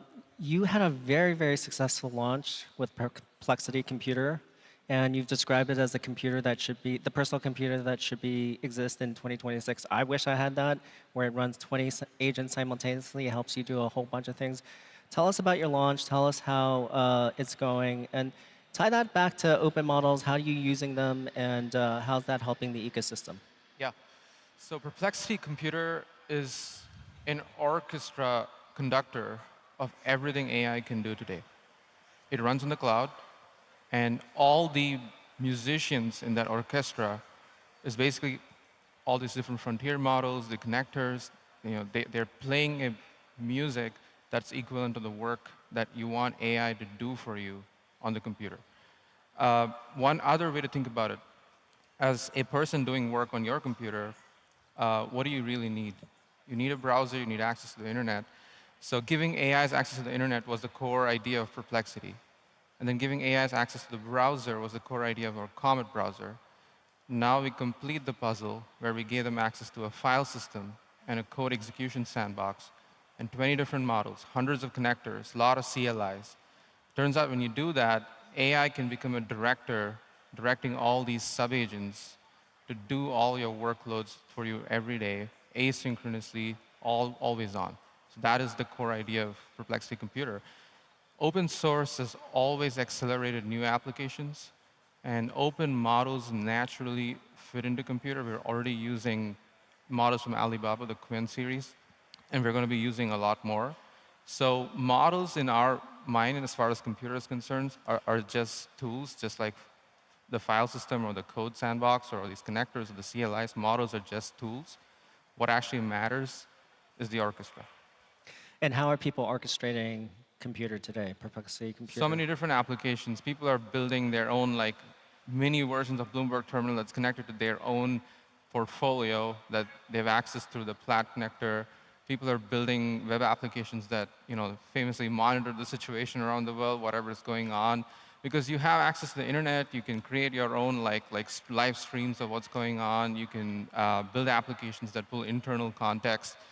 Our entire company, Perplexity, is just running on Slack, where this computer is yet another person on Slack that is just orchestrating these workloads. We estimate around $90 million worth of labor for our max users in the first couple of weeks of launch of the enterprise product. That is really terrific. There's such massive increase in continuous agent usage that obviously requires compute behind it. Arthur, Mistral has always had models that punch above their weight from an efficiency perspective. We just had a panel talking all about 2026 as the year of efficiency. Where are you seeing demand for this in your own customer base where people care not just about max capability, but efficiency? I mean, the demand comes from all of our enterprise customers. It depends a little bit on the vertical, but efficiency matters when you're deploying agents at scale, and then suddenly you care about token cost and you care about the unit economics, and that's where we build open weight models so that our customers can have cheaper access to that technology. So it matters for cost, also matters for the UX and the experience generally, because when you have a small model, it can actually go faster. And if it goes faster, you can solve your task faster as well. So that aspect around latency is actually critical. If you lower the latency, you can actually change the kind of applications you're building. And so when our customers are building for their own customers, it typically is a problem because they want to have good UX, and good UX means to have specialized models that are small enough. There's a big use case as well that we target quite significantly and that we work with a lot of companies, which is edge deployment. And edge deployment is about mobile deployment, but oftentimes it's also about putting models into robotic systems, into industrialization systems, into factories. And so you need to have these small models that have audio as input, that have video as input, and that can process that, and that can do it in a way which is fully disconnected. So we're actually announcing today Mistral Small 4, which is really punching above its weight in that respect, and it's a reasoning model that can actually be deployed on the edge in that respect. Congratulations, that's super exciting. I think one of the things that is somewhat forgotten when we talk about use of models is you want this iterative loop, either in the model's generation and verification capability itself, or between the human. And then I haven't been waiting for computers for, I don't know, a decade and a half before the last few years, and now I'm waiting all the time, right? And so I do think efficiency is going to be a huge front of competition. Yeah, if you put it that it's super important, and the other thing that is important is also to be able to modify the systems and to learn from interactions in between user and the models themselves. And that's where having open weight models and a way to access the parameters and to change them to steer the behavior is actually critical. When you go into the depth and the productivization of the AI systems, you actually need that deep access. Thank you, Arthur, on the sort of importance of latency. Latency is very, very important for the creative world, for the generative AI world, and Robin, for Black Forest Labs, how are you reducing latency? How are you sort of supporting the creative community in their quest to make better and better content out there? Yeah, I think for the creative community in particular, open weights, open models are super important because they are like more formable. We see that actually, and I kind of want to disagree with this take of models are just tools. I think models are a super important substance for the creative community. It comes, you can fine-tune them, you can like interact with them in all different kinds of ways. It's not just input, output. You can take them apart, you can plug them into like workflows, node-based systems, stuff like that. And then they go way beyond like creative community. It's like a basis for research, for innovation. I think it's fundamental technology and really not just a tool. For latency, yes, 100%. It's like one of the most important aspects of all kinds of models today. We work on it with like a lot of like distillation research that we do. And yeah, I think we are pretty good at like getting like the number of inference steps that you need with a diffusion model or flow matching model down to, let's say 4 or something like that, which then really helps in combination with stuff like quantization to make these models really efficient. You mentioned diffusion models. They started the whole wave for creatives and creative community to build things that they didn't think they could build as efficiently and as powerfully as before. What's next? What's on the horizon?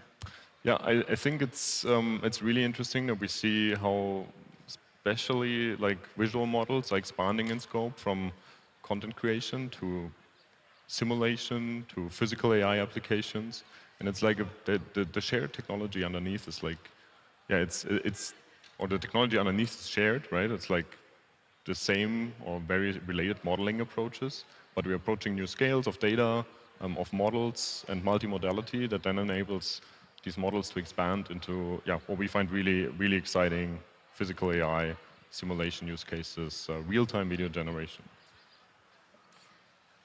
Aidan, whether we look at these models as just tools or a moldable substance, as Robin was saying, they've been relatively hard to work with for most of the industry, even the engineering audience for the past few years. What are you seeing in your enterprise customers and the people you interact with about sophistication in terms of post-training and customization now? It's increasing dramatically, and I think open source models are contributing to that because it gives the customer the freedom to explore and experiment themselves without having to depend on any other organization. One of the things I'm most excited about with open models is the notion of control. So Cohere does a lot of work with high security settings. Privacy is not just important, but essential for the customers that we work with inside telco and financial services, et cetera. And what open models do is give the customer the ability to choose where and how they deploy. So when we're delivering that technology, when we're delivering North, our agentic platform, we have to make sure that our models can be deployed on-prem, air-gapped, on-device, anywhere. And open models enable that. In terms of customization, I think that these models, they're fantastic general reasoners. They can be applied to pretty much any domain, anything, but there's a production gap that needs to be closed. There's a level of performance that you need when you're deploying into these extremely important, high-stakes scenarios that you're not going to get out of a generic model. So the ability to customize and close that gap is essential to actual deployment and scale of the technology into the economy and the ecosystem. I have a hot take question. There's this meme in VC that closed is easier to monetize, open is easier to mobilize. Do you agree with that? Is it easier to get distribution? Is it easier to work with so that you're not locked in because you're having to pay one or two closed models? What do you think? Well, I think distribution at the end comes down to value you provide. For example, there were a lot of open models, but you could argue that the pivotal moment in open source among model providers was when DeepSeek surpassed OpenAI 01. That's when everyone started to go bonkers about it. So I would say like the same thing keeps repeating, like Kimi Moonshot, like I think even Elon called them out for their work yesterday night. So in general, closed or open, the capabilities are basically what fundamentally define distribution. And that's kind of why we've taken a position that we would use whatever is the best capability for each model and put it all into like one orchestrated system. One advantage, obviously, in open source is cost. Because you can take the model and do your own inference, you are obviously going to have a massive cost advantage serving that over paying a closed model provider. But what usually has happened over the last 2 years is every time there's a great open source model, the closed model providers always lower their costs, which is good for application layer companies like us. And we very much welcome that competition. In terms of a follow-up to that, Arthur, since costs are coming down for closed models, how do you sort of stay relevant and continue to sort of push open source and be potentially a center for European excellence and sovereign AI for Europe? I think what we find is that the value is in the integration in between the models we do and the distributed systems that we use to deploy the agents, to make sure that execution is durable, observable, to make sure that the models can improve when the users are giving feedback. So at the end of the day, if you only bring an open model to an enterprise, it's not going to know what to do with it. But if you bring it the right platform with the right sandboxes, execution, with the right inference at scale that is efficient, and the right customization mechanism that they don't need to care about, they don't want to care about fine-tuning, they care about seeing the system improve over time. And so what we're really bringing to enterprises is the right level of abstraction so they can work on our open source models, on other open source models if need be, and make sure that they can actually create the business applications that are driving the ROI. And so the motion there, which has been successful for us, is to really bring that platform, but also bring the experts so that they work with the subject matter experts and actually customize the systems at a level where the ROI can be found. So that's the gap, bridging the gap between open weight models that effectively bring control and low cost and strategic autonomy, and the ROI that you need to have if you're running an enterprise or running a line of business is the gap that we solve, and it's the gap where we find where we build our business model. Robin, as one of the creators of Stable Diffusion, one of the things that you had foresight into was this idea that's really attractive to me of latent demand that we can serve with these new tools. There's clearly latent demand for expressing creativity from the community that's begun to use these models over the last few years. Where else do you think people don't realize how much latent demand there is for creative tools. Like, what else should we imagine is going to come where people want to do it all the time, all day? I don't think everybody predicted that there were going to be that many people recreationally making images or videos. Yeah, 100%. And I think making images or making videos is just like one application for these models, as I said, but like they are becoming more general. So I think like a lot of the demand is it's actually not latent. It's like very obvious. Like if you look at like the frontier models today, having that capability available, open source, it's just like it's a no-brainer. You have to work towards that if you want to maximize distribution. So I think that's to answer your question of like distribution versus monetization. I think like if you want to maximize distribution, just make the most capable model and get that out there. And again, it's like a basis for like so much more than just image generation or video generation. And I think that when you have like an open model available and these use cases are getting explored on top of the open model, that really helps to unlock new use cases that then, I don't know, other companies implement on top of these models. And I think like one pretty important aspect, especially when you look at like agentic applications, is that there's a lot of like model in the loop kind of applications that will be enabled in the future, or that people are already working on, where image generation is a great example, right? Like that's one that is being productionized already, where low latency really helps you to make repeated calls to the model and then embed that into your product. For stuff like coding agents currently, I think there's like a lot of like, you know, the work is being done to implement the code and then you make the product out of it. But actually going towards more efficiency and having like repeated model calls enabled all the time is, I think, something that needs to happen, and I think where open source can also really help. Let's take us a little step back. You were one of the co-authors of the seminal 2017 paper about transformers, All You Need Is Attention. There's a lot has happened since 2017 in AI. What has surprised you the most? That's a really hard. I feel like it's a surprise every 3-4 months that comes out. The extent to which we've been able to create a general platform for intelligence that can be applied in so many different domains is a huge shock. When we were building the transformer, it was built for Google Translate. That was the objective. That's what we were hill climbing on. I don't think any of us who were involved in creating the transformer had any foresight into what might come and how people might run with it. And I don't think we can take any credit for it either. I think it's really the community that picked up the transformer as a platform and carried it forward into all of these different domains. And what's the blocker now for more and more adoption? Is it the infrastructure? Is it trust? Is it open weight models being more available, easier to use? What do you think?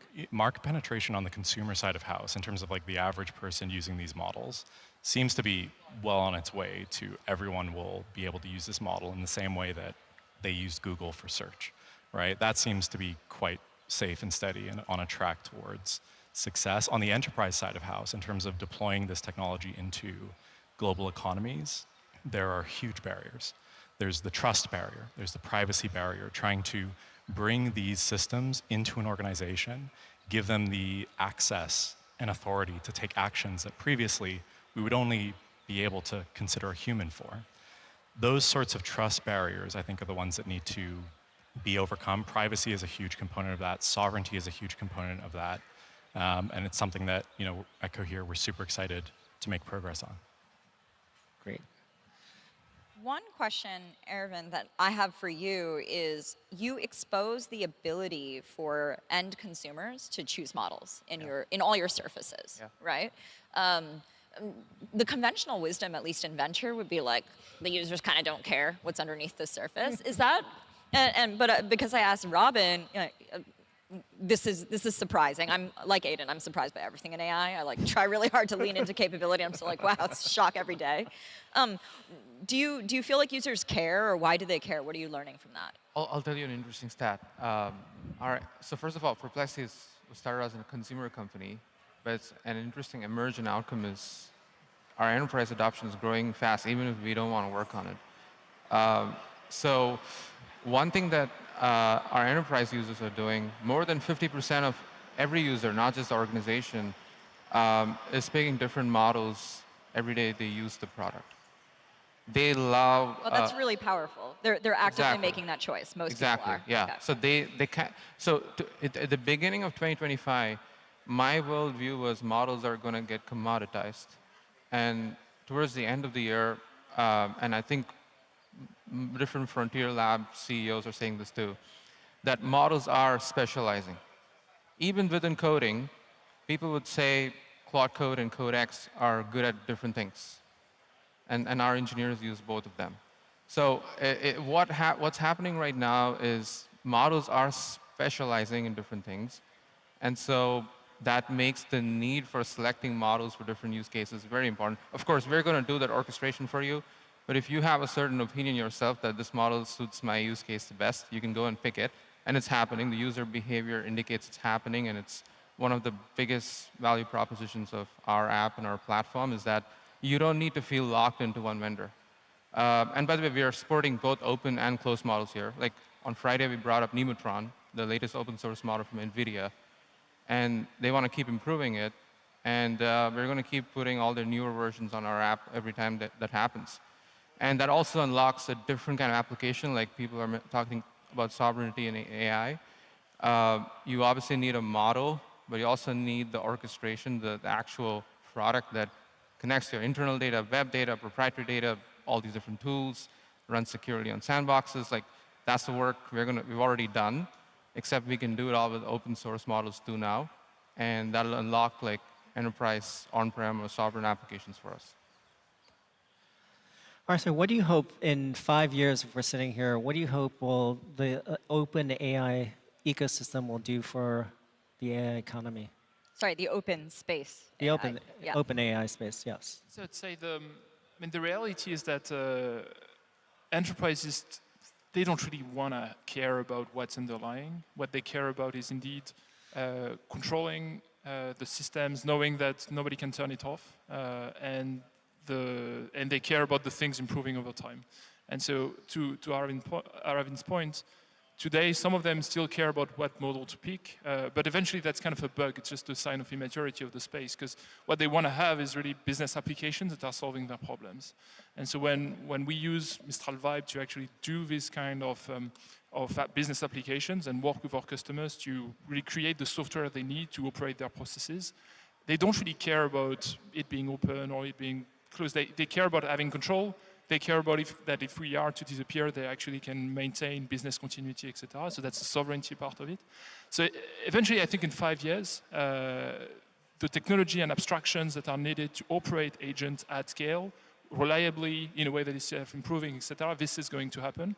And we think there is kind of two worlds. Either a world where you have just a couple of players that are locking the space from model to orchestration to applications, or a world where you have a choice in between the different bricks of the platform that you can use. So you can choose your own infrastructure provider, you can choose your own models, you can actually see the code of the orchestration side and have enough transparency and control over the entire stack. And so in 5 years, I would expect that we'll come up with the right abstractions. That's going to be the Linux of AI, where you have open source inference, you have open source models, you have open source orchestration, open source coding tools. Everything is actually going to be quite cheap, because when it's open source, you can deploy it yourself, so it's hard to make margins. But the integration part is where the value is going to be created. Just like, I guess, Red Hat, for instance, has a pretty good business model there. So the bet that we're taking is invest significantly on making open source win, and then build the orchestration and the help that enterprises need to stitch all of these bricks together. It's great. Well, at least there would be some money to be made with integration for the rest of us investing in companies.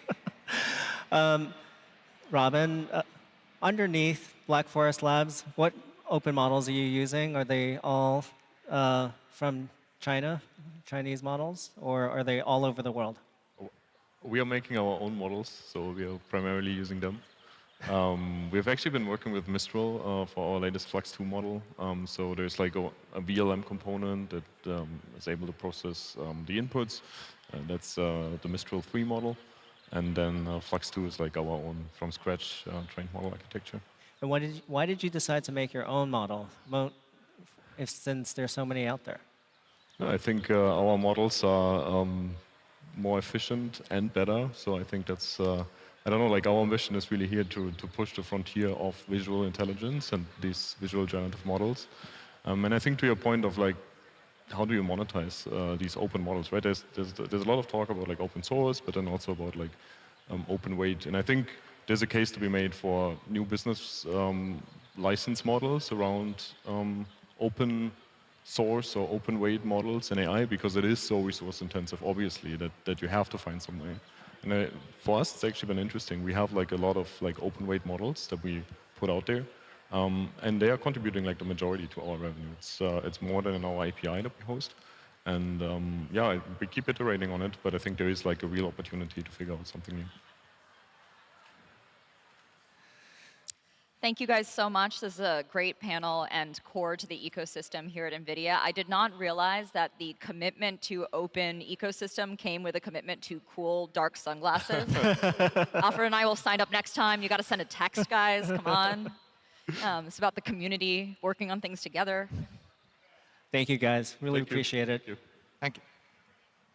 Time to check back in with Tiff out on Arena Green. Thanks, Sarah. I'm here with Tuhin Srivastava, who is the co-founder and CEO of Base 10. Tuhin, how are you this morning? I'm great, Tiffany. Thanks so much for having me. Thanks for being here. Tuhin, I need to know, what does it actually take to run models reliably at scale? Yeah, absolutely. Look, you need to be able to have a lot of compute to start with. You need to be able to have a software layer that optimizes for both speed, cost, and reliability, and be able to scale with the customer as they grow things up. So, we work with great customers like Abridge and Open Evidence and Cursor and Lovable, and these are customers that are growing tremendously fast. And for us, what matters to them is, a software layer, a support layer, and a compute layer that can support their growth. Absolutely. You just listed some huge customers. Are there any stories or examples that you can share from one of them? Yeah, absolutely. Look, one of my favorite customers is a customer called Open Evidence. Open Evidence, powers a question and answering service for doctors. It's clinical decision support.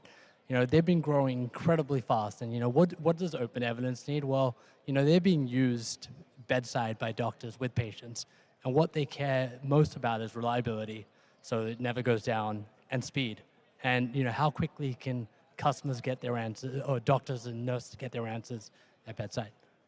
I think that's such a great example. I always lean on real world examples because it really hits home then as to how this technology and what Base 10 is doing impacts everyone. And I think it's so great when we focus on healthcare and how that is bringing so much benefits to so many people.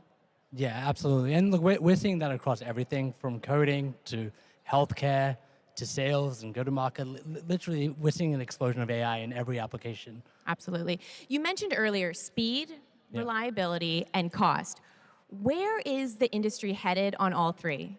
Yeah, so look, on speed, what we are seeing is, especially for these agentic use cases or real-time use cases, latency needs to be as low as possible. So, we do a lot of work with NVIDIA to make sure these models run very fast. As an example, we use libraries like Dynamo and TRTLM to get these running, but, speed has to be as low as possible. Reliability is, we can't actually get these models integrated into real-world use cases unless they're working most of the time, if not all the time. And so reliability has to be very high. And cost is, look, as the cost of AI goes down, we're just going to see a lot more AI, and that's what we've been seeing is that, as new chips come up, we're getting a lot more efficient. As software gets better, we're getting a lot more efficient, and that's just driving down the cost, which at the end is just driving more adoption of AI. Absolutely. Let's talk about the open model explosion we've been seeing recently here. How has that changed what your customers are needing from you? Yeah, look, there's great closed models and there's great open models, and we serve both customers serving closed source models and customers trying to use open source models in their applications. What we see with open source models is that customers can own the end experience a lot more. So developers can build, go more verticalized with their customers, and so they can not only use how the models are trained and the weights, but also how they're optimized to be used and how task specific they are. So rather than have one model that rules them all, there are a bunch of small models that it'll be using for smaller tasks. I love that. Very task specific, owning the full vertical. It's key, especially when you're thinking about growth and longevity. Yeah, 100%. Tuhin, thank you so much for your time. I'm really excited about what the future with open models holds and how Base 10 is playing such a pivotal role. I'm looking forward to more conversations with you, but for now, I'm going to throw it back to the stage.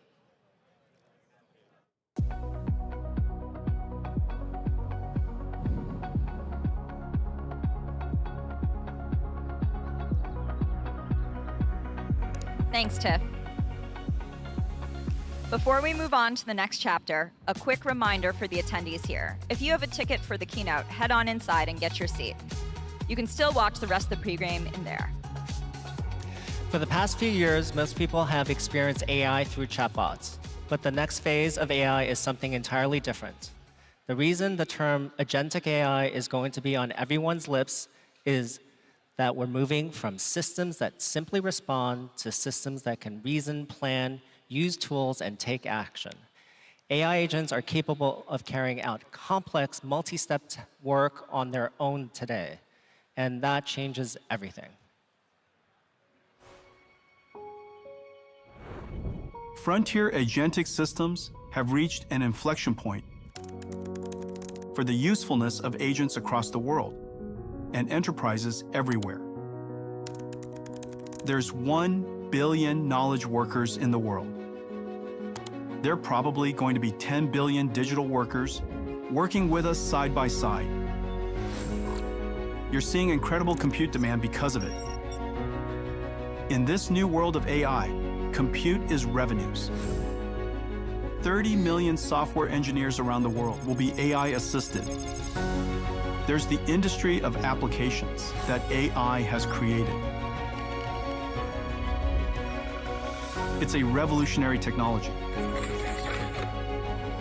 Healthcare, IT, manufacturing, every industry will be revolutionized.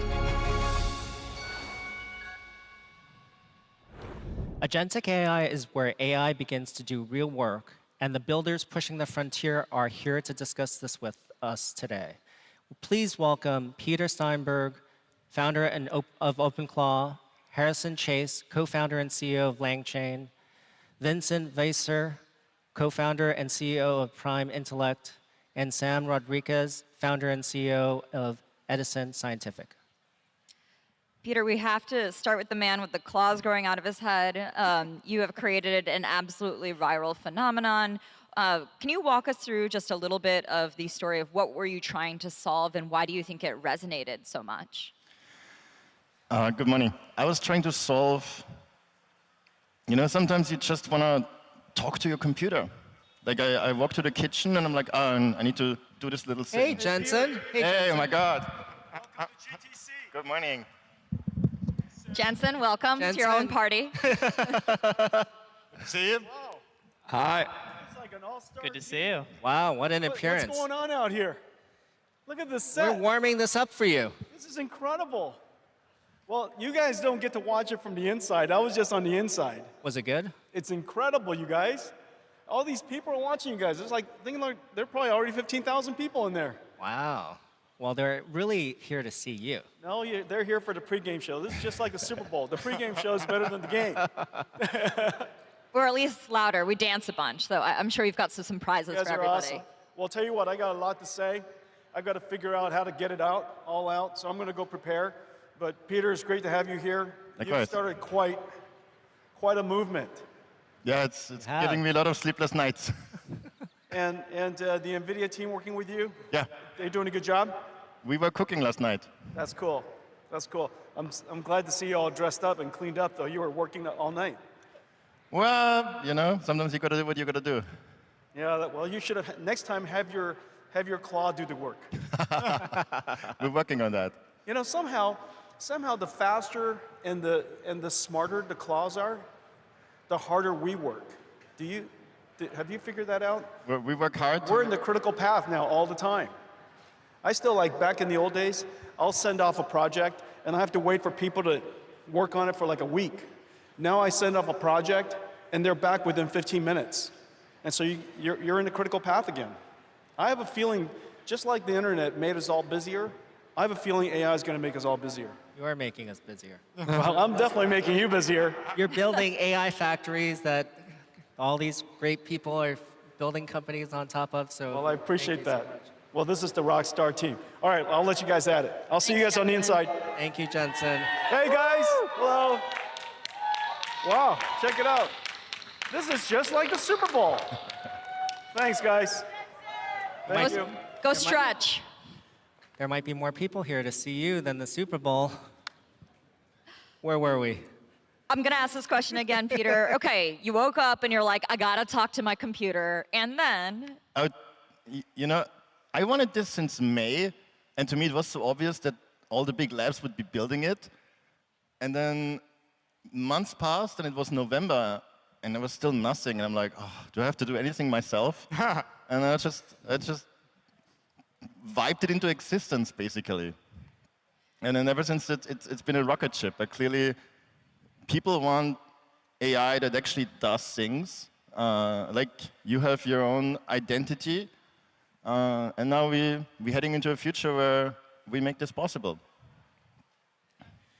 Harrison, you've been building LangChain for a while to help developers so that they can deploy, build, and test agents so they can build reliably. We've had certain situations where they build very reliably, and other places where it's not building as reliably. You term the phrase context engineering. Tell us a little bit more about that and how you're making LangChain make agents much more reliable for all the rest of us.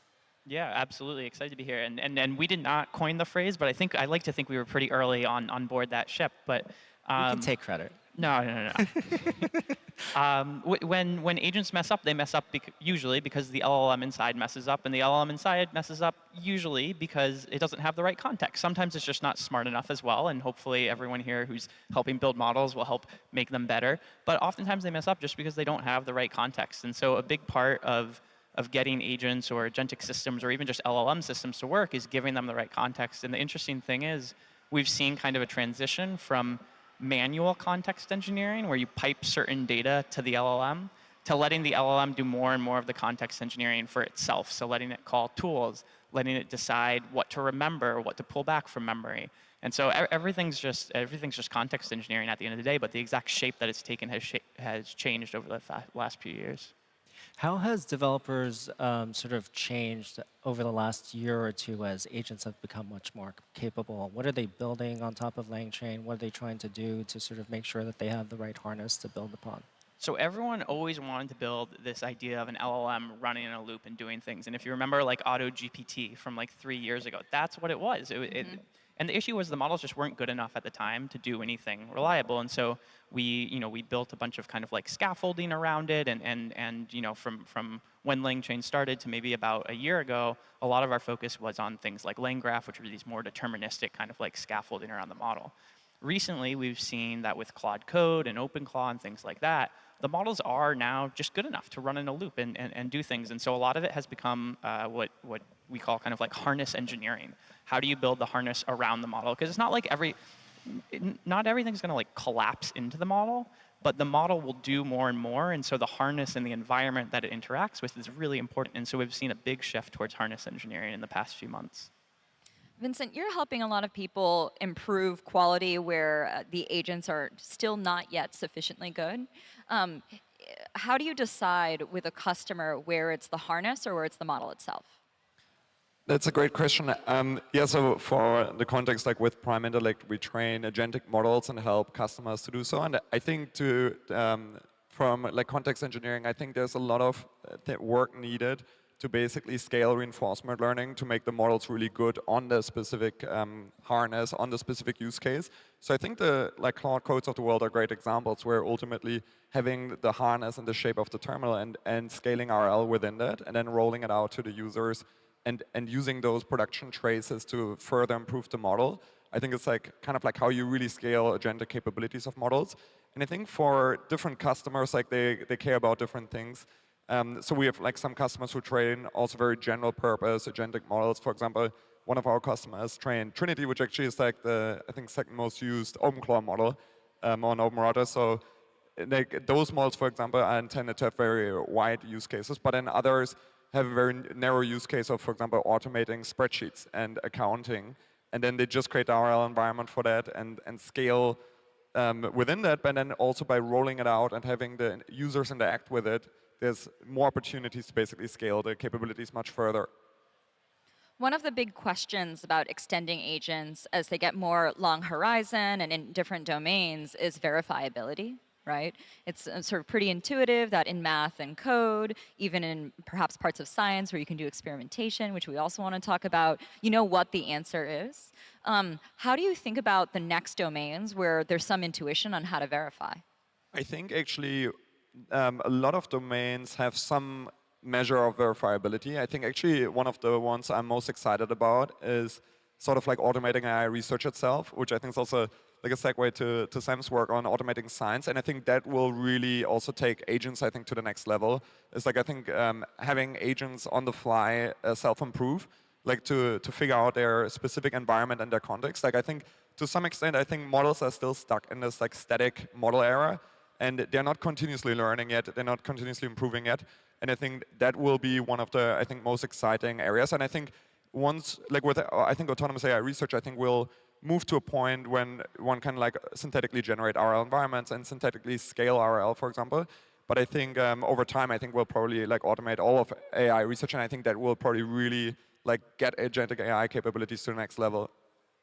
This isn't quite research, but I have a job running right now, and we hope it's done by the end of the pregame. That is, it's an SFT job, and I'm like, well, if it doesn't work, just try again, figure out what went wrong. And so I think to your point of put it in a loop, we're going to get very far across customization with a bunch of more sophisticated techniques. Yeah, I think like there was this sort of moment like after OpenClaw that Karpathy spawned with an auto research project, and I think it kind of like very quickly showed us, I think, like how easily you can actually improve model capabilities using agentic AI.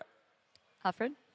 Sam, so you're building AI for scientists in biology and chemistry. Most of these guys are doing things that at least are, as Sarah mentioned, verifiable, or they're 0, 1, they're binary. You can say yes or no to something. You're building something in the world of chemistry and biology, which is, I would say, maybe just probabilistic, distributed in some way. It's not easy to do that. How are you solving that? Well, so I run Edison Scientific. We're building AI agents for science. We're focused in particular on drug discovery and drug development. And it's actually, science is at the end of the day verifiable, right? You run experiments when you're basically asking nature what is the answer, and nature tells you. So in some senses, we have some very good properties there, right? Unfortunately, the experiments that really matter when you're thinking about discovering new drugs are clinical trials. And clinical trials, yeah, you can get a result, but it'll take you 3 years or something, right? Or maybe 1 year or 2 years, depending.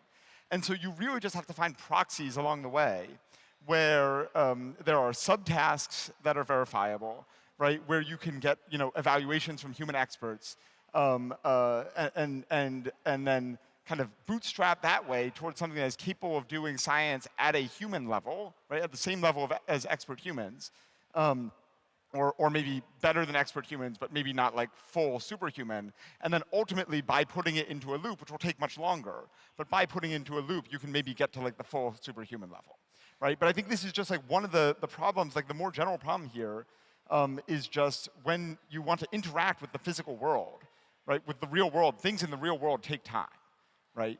And that's going to be a huge limitation for agents, and one of the things we're going to have to figure out. You've mentioned in the past that right now the models are B-level scientists, and they don't have, maybe to Sarah's point, the intuition, the understanding, and maybe sort of the bridge between the digital world and the human world. How far away are we from getting models to be A-level intelligence in science? I think not far, actually. So I forget exactly when I said that. Now I would probably say they're like A-, probably, right? So you really want to be at like A+, but it's coming along very quickly. And I think the critical thing to understand is that you get a huge amount of mileage from the fact that you can do the same things that the humans would do much faster, right? So even if you know, an agent on an individual run produces something that's like A- level, but it can do it, you know, at scale. 100 times faster and at scale, then on the back end, you can just kind of screen for which of these outputs is passable, which of these outputs do we, you know, is usable, and you still end up getting the benefit, which is that the thing is done in, you know, 1/100th of the time. And this is where we get into these idea of like, you know, the agent swarms, you know, the fact that you can run agents at scale can make up for the fact that any individual agent run may be less good than the best human in that space, right? So Sam, what are you pointing as the sort of the #1 problem that you're trying to solve with Edison? Well, what I tell people is science requires 3 things. It requires capital, logistics, and talent, right? Capital scales, logistics scales, talent does not scale. And so fundamentally, if we want science to scale, we need to be able to figure out how to remove talent as a bottleneck, right? And that's what we're focused on doing. And so I tell people, you know, people talk a lot about lab in the loop, which means that you want to have the agents able to come up with experiments and then, you know, interact with robots to run those experiments. I actually think that's like insufficiently ambitious. What we really want is like clinic in the loop, where the agents are able to do everything that needs to happen in order to get the drug to the point where it can, you know, be tested in humans, and then you coordinate with medical centers to kind of run those experiments and then iterate. But we should really, in a matter of a year or two, be at the point where we can just like scale discovery of new medicines to a level that has not been seen before. And you know, we, humanity as a species, like we don't have to live with disease. And I think that we will not soon.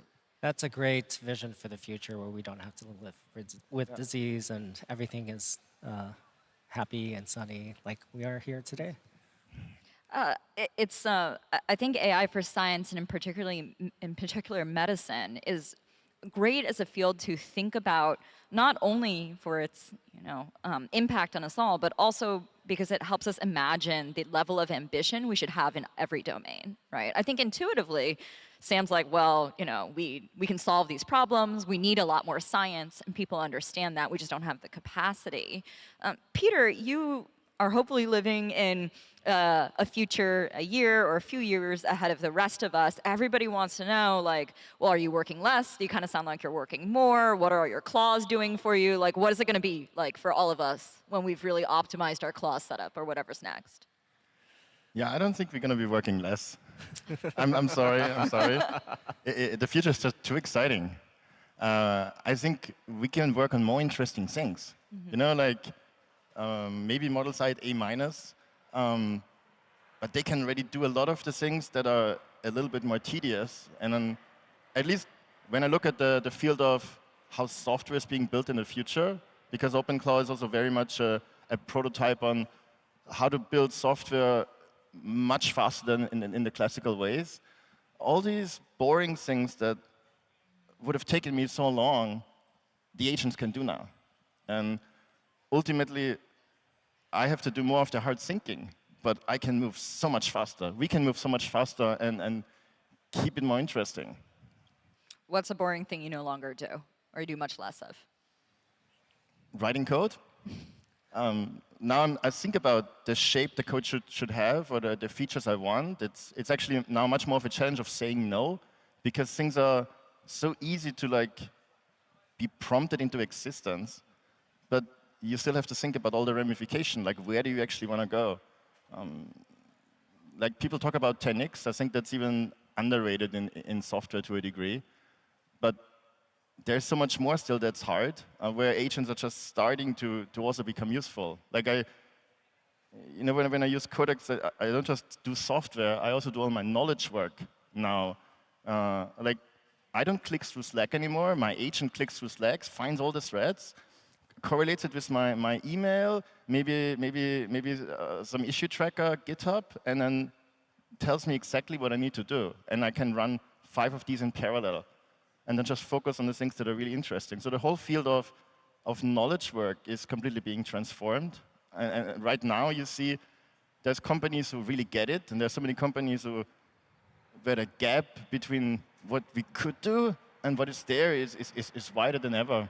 So one of the things I saw with OpenClaw is how, with software, people get it, but knowledge work still has this gap, and now suddenly people just figure out, oh, it can do my emails, it can check, it can actually go on this website and does all these things where ultimately we solve problems, right? And this domain of writing code now generalizes into, oh, it can solve any kind of problem to me. So that's super exciting. So on writing code, Harrison, we know you to be a very good coder from your previous life. Are you coding? My previous life, yeah. Are you coding anymore? That answers the question. I'm not coding. I'm not coding anymore. But I mean, even within our company, we're thinking a lot about what EPD, engineering, product, and design, looks like in this new world. A lot of what you said really resonates. I think we're seeing that system thinking, whether at the engineering level or the product level or design. That was always the most important thing, but the amount of time you could spend on it was kind of dwarfed by the amount of time you had to write code or write a PRD or do a Figma or something like that. And now we're seeing that all that stuff is cheap. It's not perfect, but it's cheaper and freer. And so a lot of the bottleneck is choosing the right problems to work on. So I think everyone kind of has to have some sense of product and some sense of understanding, but then also having the right system thinking to say no, to point in the right direction, to make sure that everything that these agents are doing for you is building towards a cohesive narrative.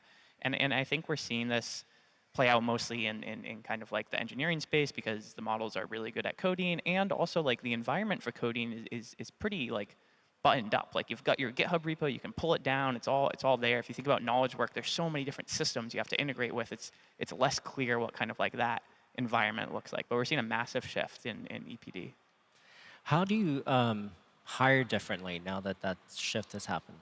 I think we've seen two profiles of people be really attractive, and I'm curious for others' thoughts as well. But we see kind of there's this generalist, scrappy AI power user that has product sense, has some kind of engineering chops, and can take a problem, wrestle with it, and just go really far, and really high agency to do that. And then we still absolutely see that these senior architects in product and engineering design to help kind of bring some of that systems thinking and get that initial idea over the line into something that's production ready. Those are the two archetypes that I think are having the most success with. I'd be curious for others' thoughts. We're still trying to think through this a lot. So. Yeah, I think I would share this. I think to some extent you need to hire. I think for the really AI native people, it's sort of one of my first interview questions is how people use AI, and it's usually a bad sign if they don't properly use it. For example, if you interview a developer and they're not properly using AI to develop, and I think there's unique sort of young talent that I think also has this the opportunity to almost leapfrog across the industries by becoming early adopters of AI, right? I think it's not just for developers. I think it goes across every knowledge worker. I think the talent that will be very AI native, I think will be much more interesting, I think, to all the companies out there. Yeah, I've heard people talk about the fact that there is no front-end engineer, back-end engineer. You don't really need to be a specialist as a designer or a PM. There's just the concept of builders, and then there's build systems where you have great harnesses, and then live ops because you ship it and then you understand what's going on in the world. I speak Rust now. It's terrifying. Nobody wants that. Sam, I have to ask you before we run out of time, when you think about this scalable A- scientist and then the need to still physically do experiments and get data that we don't have yet, what is the role of scientists in your organization or across the industry over the next few years? How is it changing? Am I just physically running the lab and setting a problem until we can automate the lab? Yeah, no, it's a great question, but I think I agree basically with the sentiment that people are just going to be busier, right? So fundamentally, there are a few things that humans kind of have to do. The first one is defining the objective function, right? Or deciding resource allocation, decide what is important. Because the agent can come back and the agent can say, if the goal is X, then this is what we should do. If the goal is Y, this is what we should do. If the goal is Z, this is what we should do. You still have to decide what the goal is, okay? And you have to decide that by understanding all the various trade-offs. And that's really hard to outsource, actually, right? So that's one thing. Also, just it is much less the case, as we've discussed before, it's like much less the case in science that we are, I expected that it will be much less the case that we're going to like suddenly get super intelligence, right? Because we are limited so much by what is known, right? By what experiments have been run and so on. And so I do think that for some significant amount of time in science, it's going to remain more of like a kind of coworker scenario, whereas maybe in software engineering in 2 or 3 years, like humans are just like not doing it at all. Can I ask for your opinion on, I would posit that, you know, because we know more about physics and chemistry, we'll see more advances here in automation than in biology, where we know very little. Oh yeah, and specifically in math, for example, like math within a couple of years like should just be completely automated and solved because it's axiomatic, right? Like you don't need to run experiments. You have all the information you need in order to figure things out, right? In physics, you're ultimately bottlenecked at some point by what experiments you can run, right? But also physics is to a large extent like mostly math, right? In biology, you are like very bottlenecked by experiments.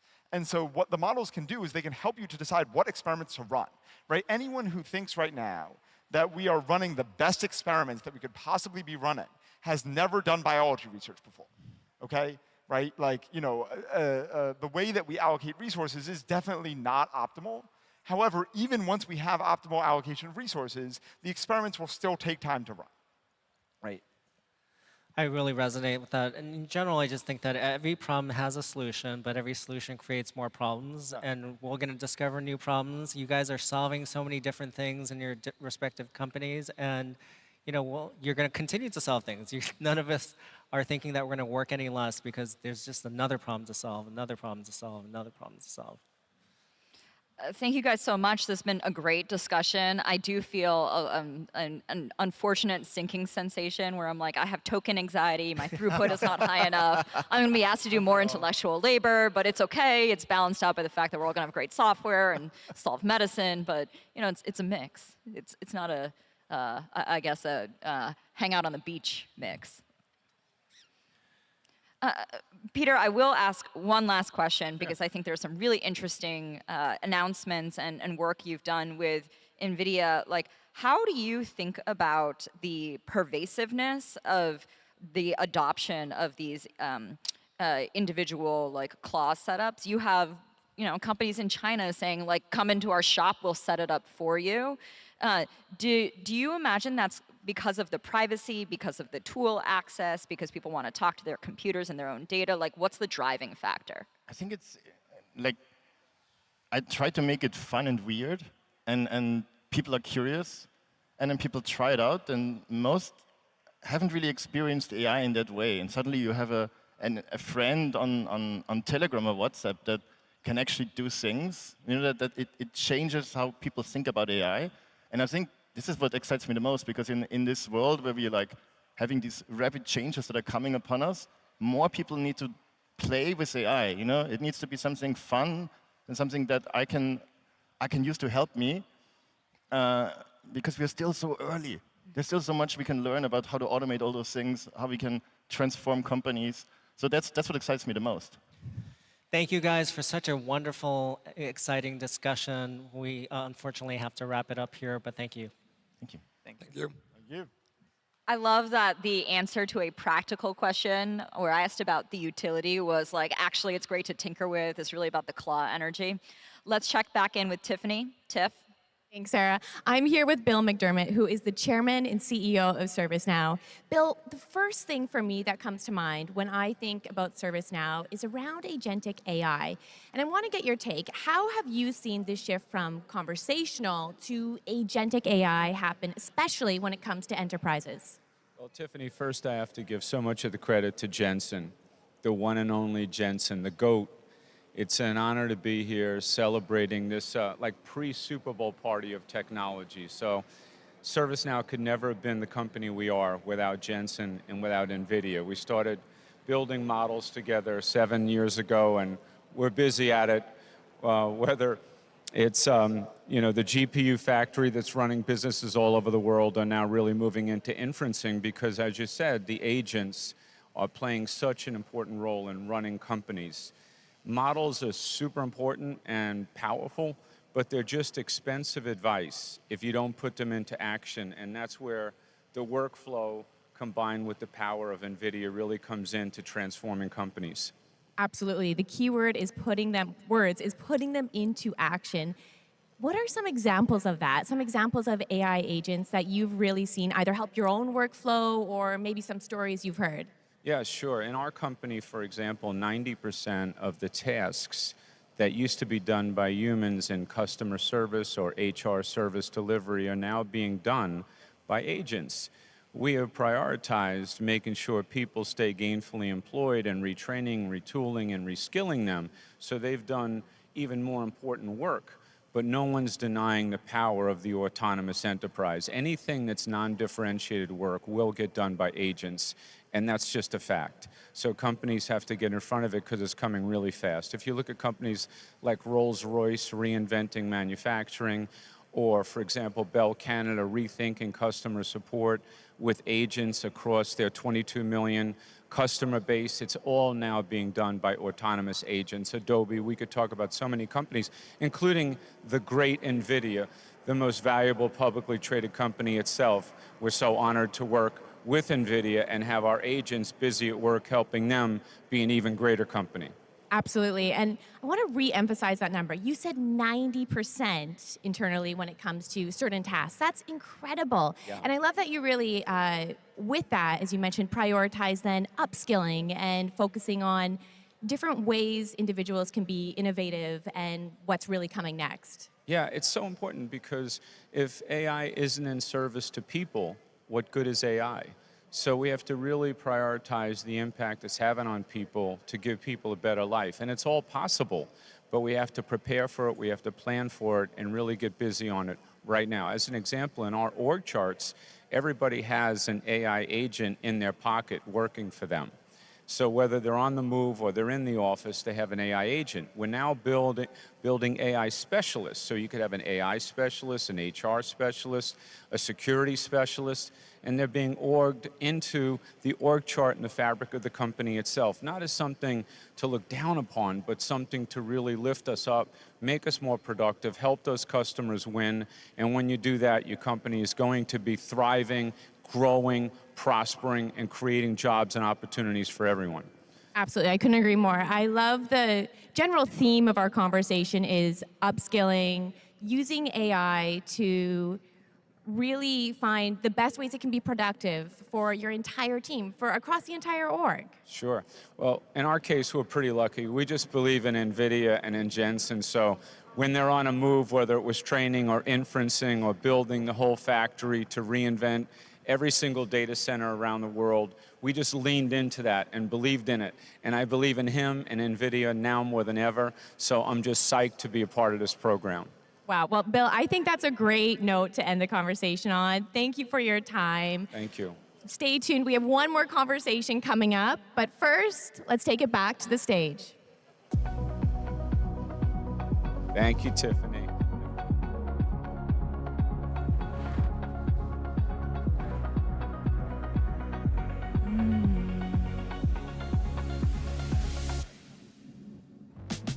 Thank you, Tiffany. And just a reminder to those of you who have tickets to the keynote, you should head inside. You can watch the rest of the pregame, and the arena is filling up.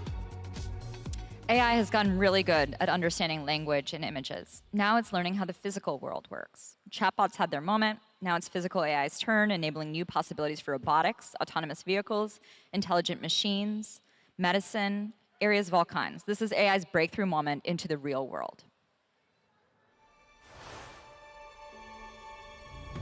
The ChatGPT moment for general robotics is just around the corner. Physical AI. AI that understands the world.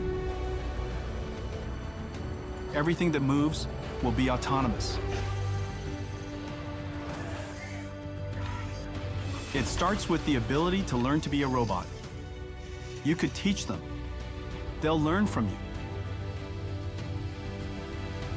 Then, build digital twins to develop, test, and optimize robot fleets at scale before deploying into the real world. And self-driving cars. The standard chassis has now become a computing platform on wheels. We can deploy these amazing robots in exactly the world that we built for ourselves.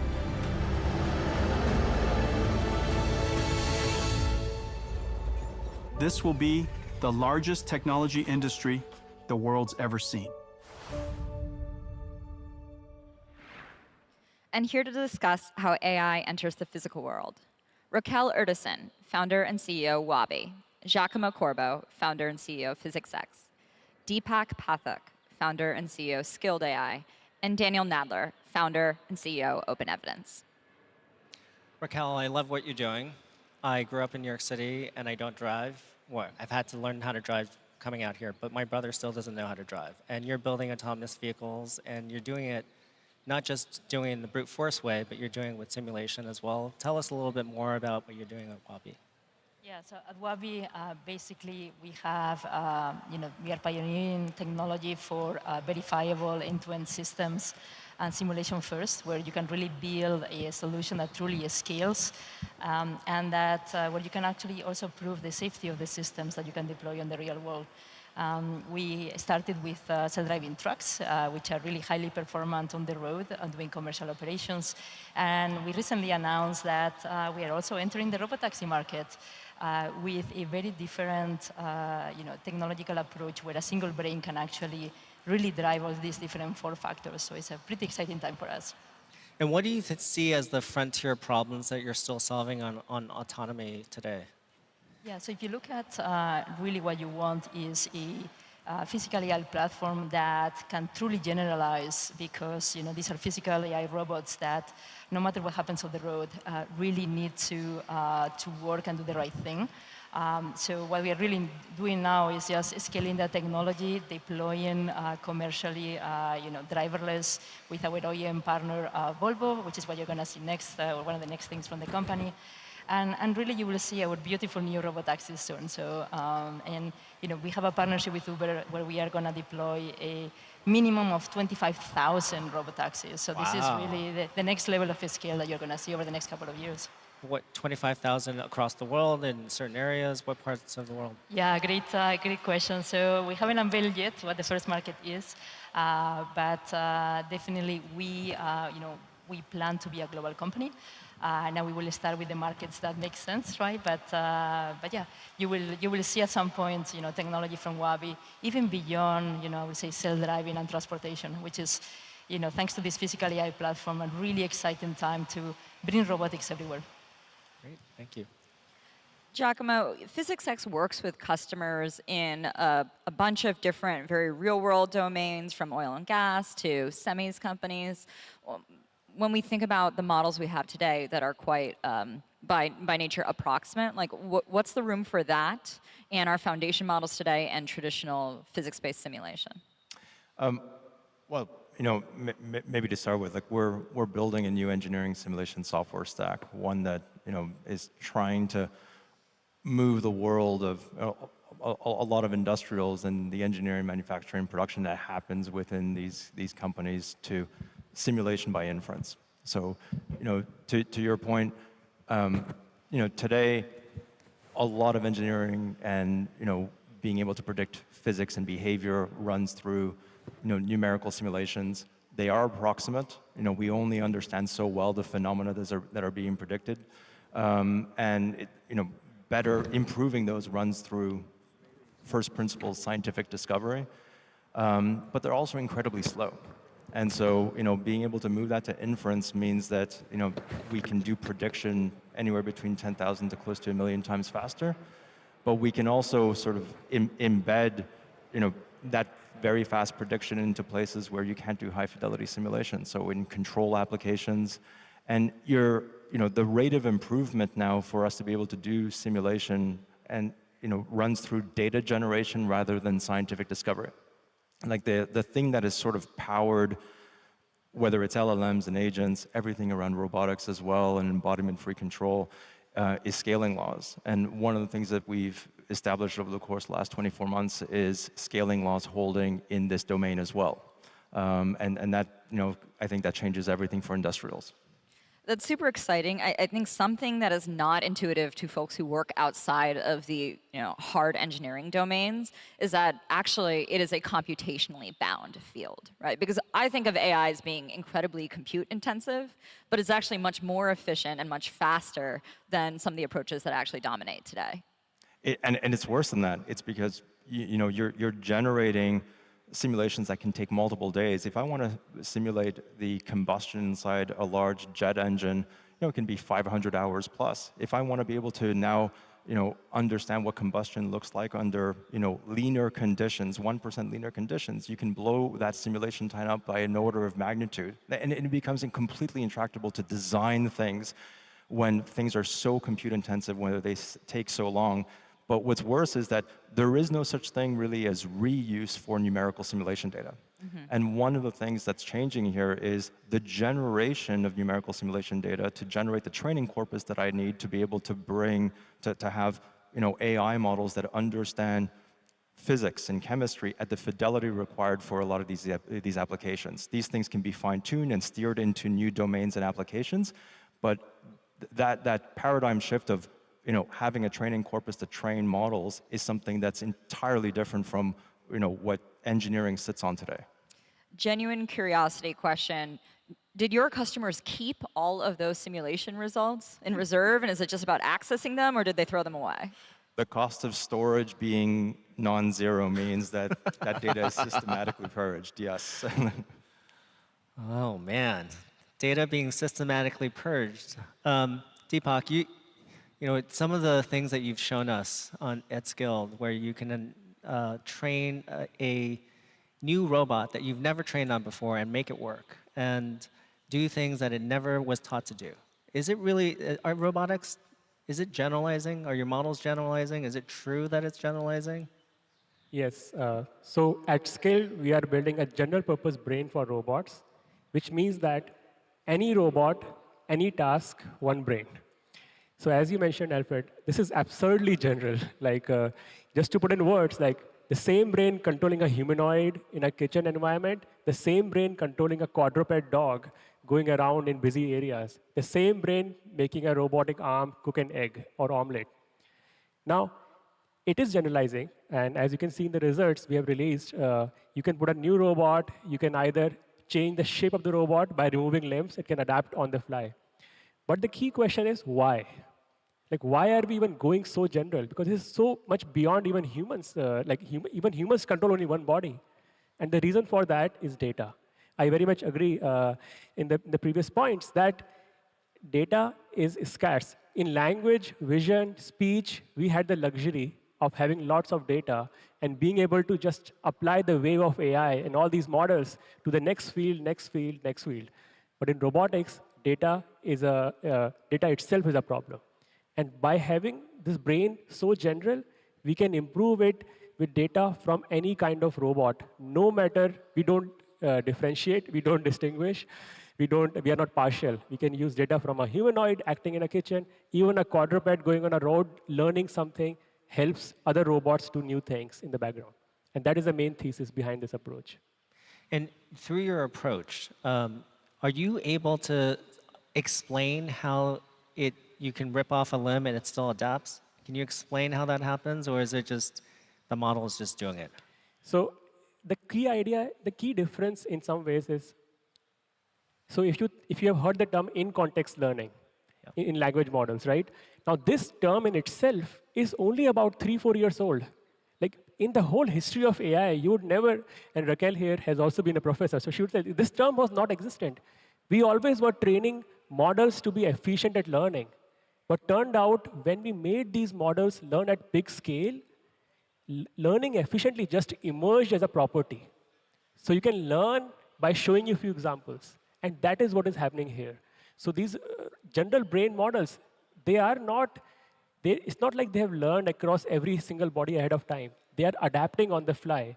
So when you remove a limb or something, what really happens is that new knowledge of history, that I have one less motor to power, goes in the context and it learns from that context. So this idea of in-context learning had only been shown in language or vision where there is ample data, and not outside that field, not even outside language pretty much. This is the first time it is shown in the physical world, and thanks to simulation and other approaches, which you can leverage here. Now, some of the models are, in the open source world, they figure out how to distill them pretty cheaply. It's pretty hard to distill a robotics model, from what I understand. It is pretty hard to distill a robotics model. First, the obvious reason, even the pre-training models don't have as much data. So we are already solving that problem. Second, when you deploy a model on a robot, you, over time, want that model to become more specialized. And as we are also finding with language models, like if you are using a model for coding, you don't really care at the time how good is it in writing a prose, right? So, but the key is you cannot directly jump for that specialty. Like you have to first go general and then go specialized. Because if you directly go specialized, you will not have enough data and you'll overfit. And that's the same philosophy. So in robotics, we are not really, like you don't have access to the whole original brain. You have access to a distilled version on the device. So it protects against that. But it's also challenging technically, because now you have to fit everything on a device and run in a very fast-paced manner. Daniel, at Open Evidence, you guys have made the decision to train your own models, to get to specialized models, and then you'll describe it as medical superintelligence. Why do that versus use the general models? Well, we also use general models, but in medicine, we're talking about physical world intelligence. The ultimate feedback loop from the physical world that we care about as humans is the human body. And I think it's important to distinguish the efforts in medical AI from some of the other efforts in AI. Efforts in coding, for example, are extremely valuable. We use it internally in the company. But if AI generates the wrong line of code, you can delete that, you could try it out, you could see that it's not working, and you can try something else. If AI generates the wrong treatment recommendation, you're going to get a feedback loop from the physical world, from the human body, that you're not so happy to just try again or delete because it's going to hurt a patient, or it's going to, at best, not cure what you're trying to cure. So, like many of my colleagues on this stage, you have to go into the physical world. You have to understand what are the feedback loops that come from the human brain, which is what a neurologist does. What are the feedback loops that come from the human heart, which is what a cardiologist does. And medicine, more than other fields, doesn't need to be explained to what specialization is. In many other fields, this idea in AI of specialized intelligence, specialized agents, and so on, is newer, and it's less intuitive to the people working in the fields. In medicine, they've been specializing since medical school and then beyond. And so this is sort of running with the theme of this panel, which is why I'm on this panel and not on one of the other panels, which is you have to be grounded in the physical world. You have to be grounded in what the physical world dictates and allows. And in the physical world of medicine, in biophysical medicine and the human body, the brain and the heart and all of the other organs only allow so much. So then you have to recreate and mirror the type of specialization in knowledge work that the medical community has already self-organized around. And that's why as we train AI, it's, in our opinion, not going to look like one specialized general intelligence, but many sub-specialized sub-intelligences that collaborate and cooperate together. And each physician in this future is going to have the benefit of a digital twin of a cardiologist, a digital twin of a neurologist, a digital twin of every specialist and subspecialist that they can elastically and dynamically call up to help them on a patient's case.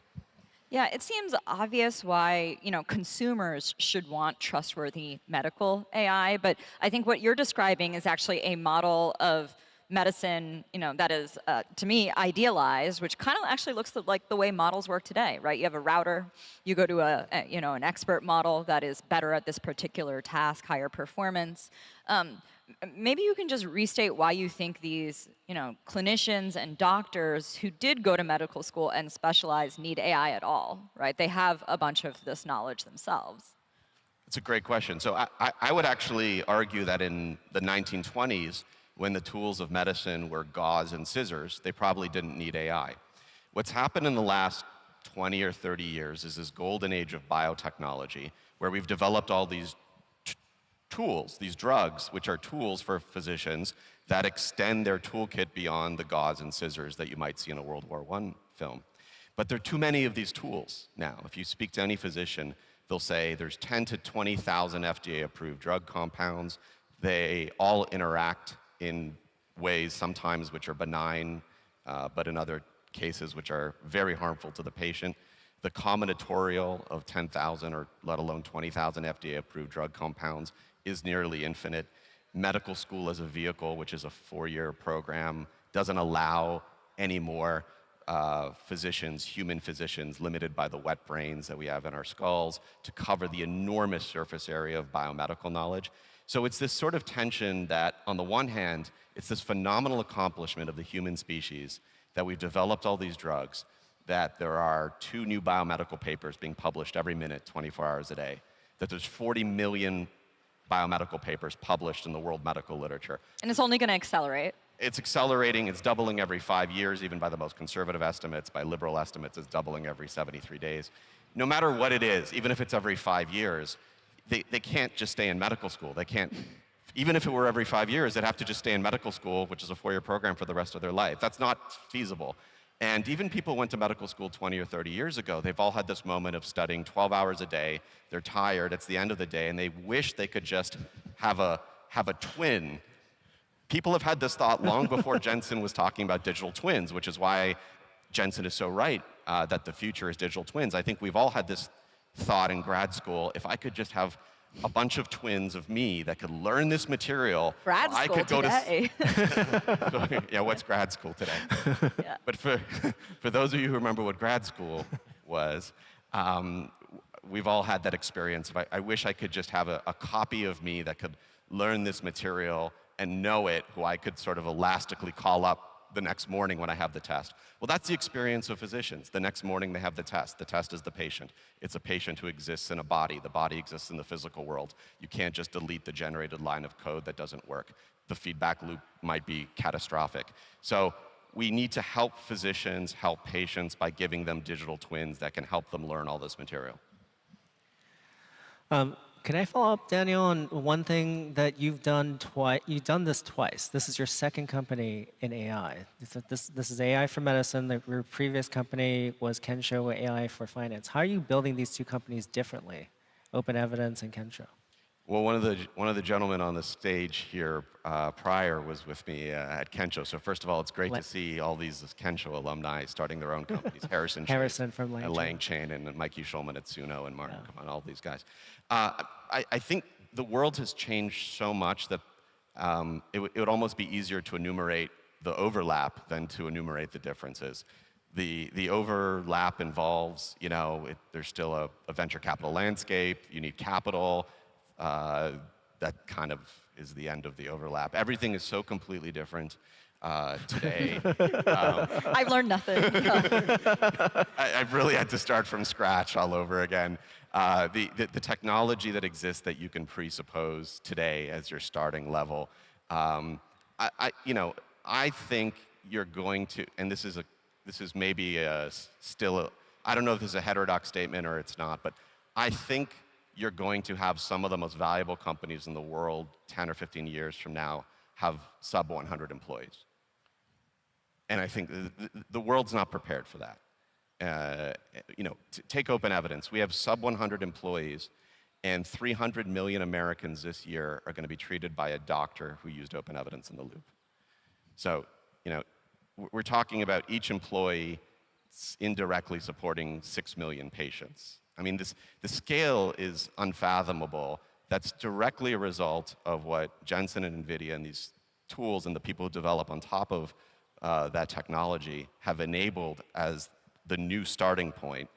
And I think the world economy and certainly the tech economy is going to look unrecognizable. You're already seeing it in some of the companies on this stage and some of the companies that were on the previous stage, where you have some of the most impactful companies, certainly some of the most impactful companies in the world have sub 2,000 people, sub 3,000 people, and some of the most impactful companies in the world, including Open Evidence, have sub 100 people supporting 300 million patient interactions with doctors in the United States alone. So that's a new tech economy, that's a new reality, and I've had to learn all that from scratch. Raquel, you've been working on autonomy for a long time. what lesson is there from how long self-driving is taking and why you think like this is the year of scale that we should take to other physical AI domains? Yeah, and I think self-driving can, is ahead in many ways of some of the other physical AI, domains like humanoids, etc. So I think there is quite a bit to learn. One is that, self-driving started with a roboticist approach, which was, try to build a very overly complex software stack where you basically hand code everything. And one of the reasons I started Wabi 5 years ago was because I didn't believe that was going to get us to a point where scale could ever happen, right? And with a mindset that we should rethink the world with an AI-first approach, right? With a simulation-first approach, which we, I think in this panel we all believe that that's the way where you can really, for physical AI and safety-critical applications, is the only way to really expose the system, test the system to things that otherwise will have tremendous consequences, right? And one of the things that I think will be very important to take from self-driving is how we approach safety, right?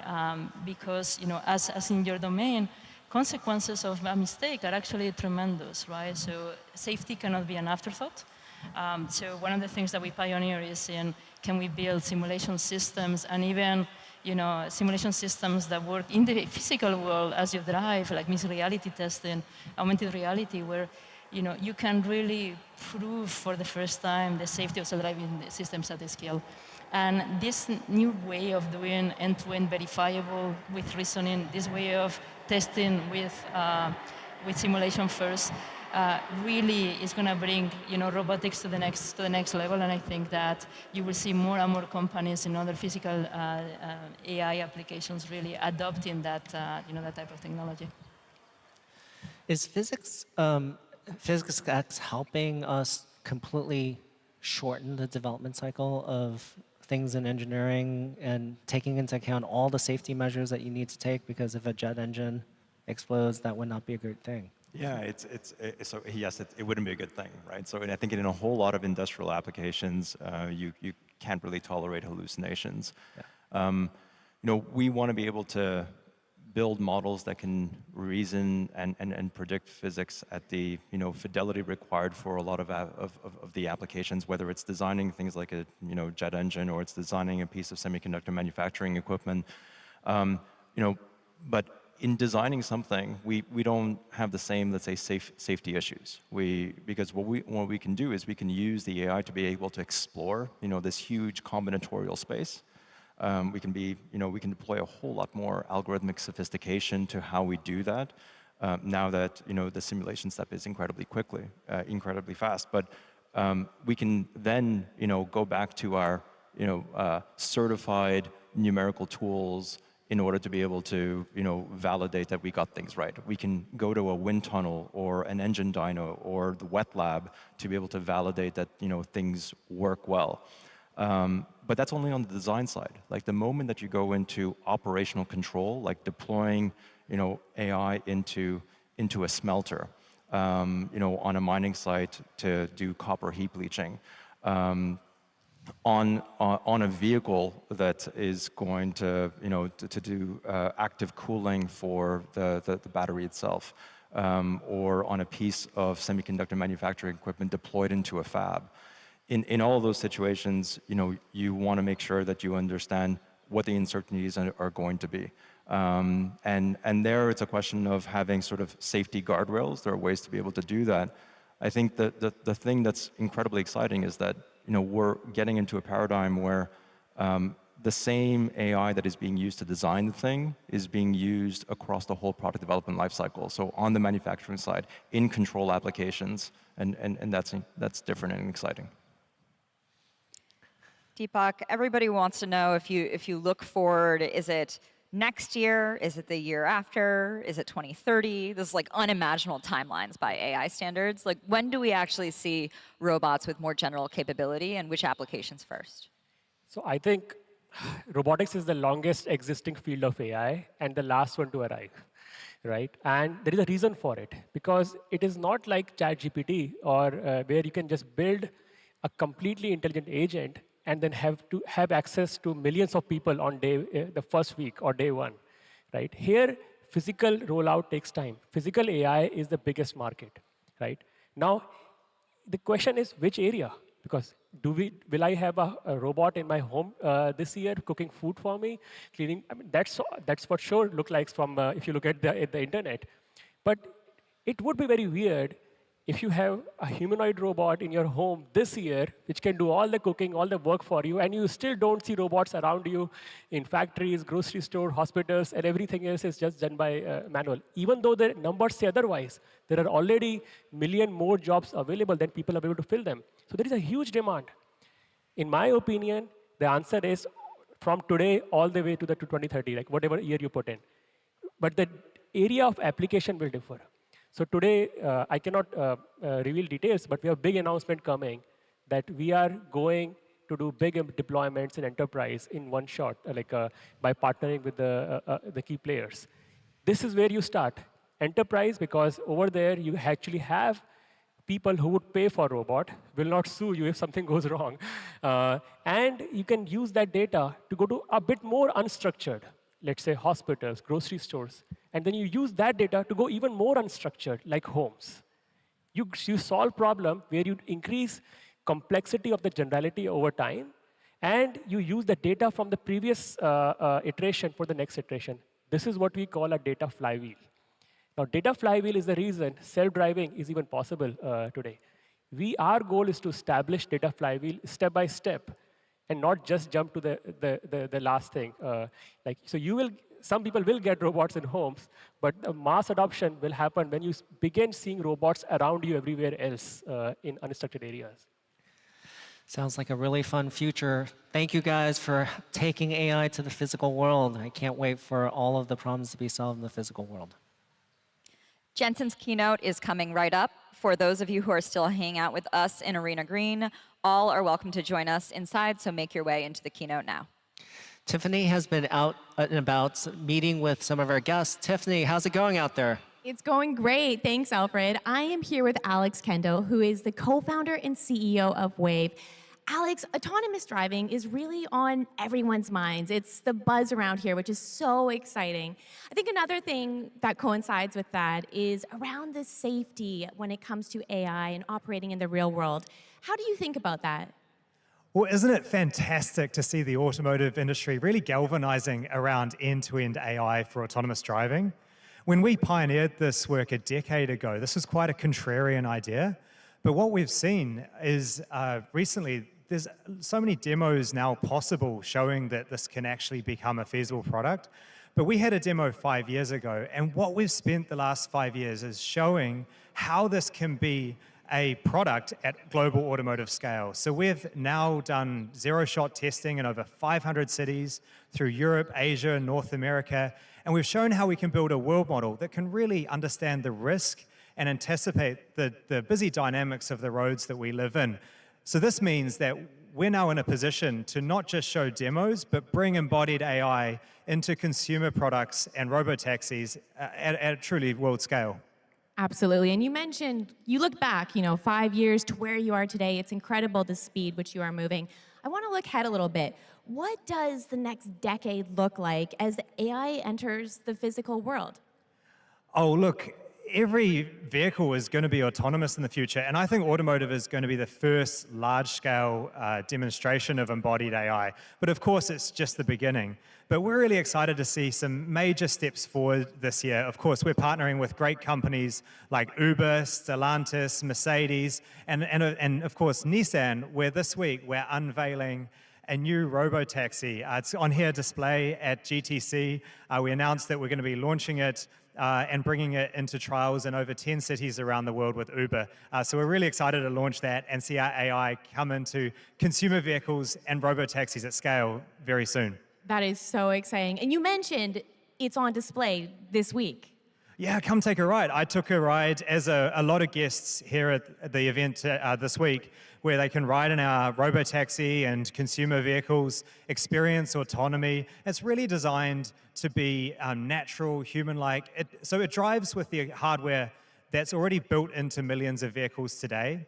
So no bespoke hardware or retrofit. It can work with the existing vehicles hardware that's being produced at millions of scale volume. and doesn't need a high definition map. So it doesn't need to drive in a pre-mapped area, but can truly drive at a global scale. We're the only company now to drive zero shot in over 500 cities. And we've seen this system drive all around the world. It's quite remarkable. Please go have a drive.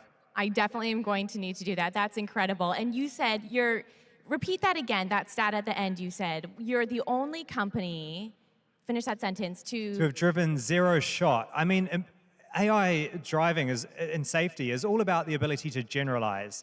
And driving zero shot means driving somewhere where you've never had training data from that location before.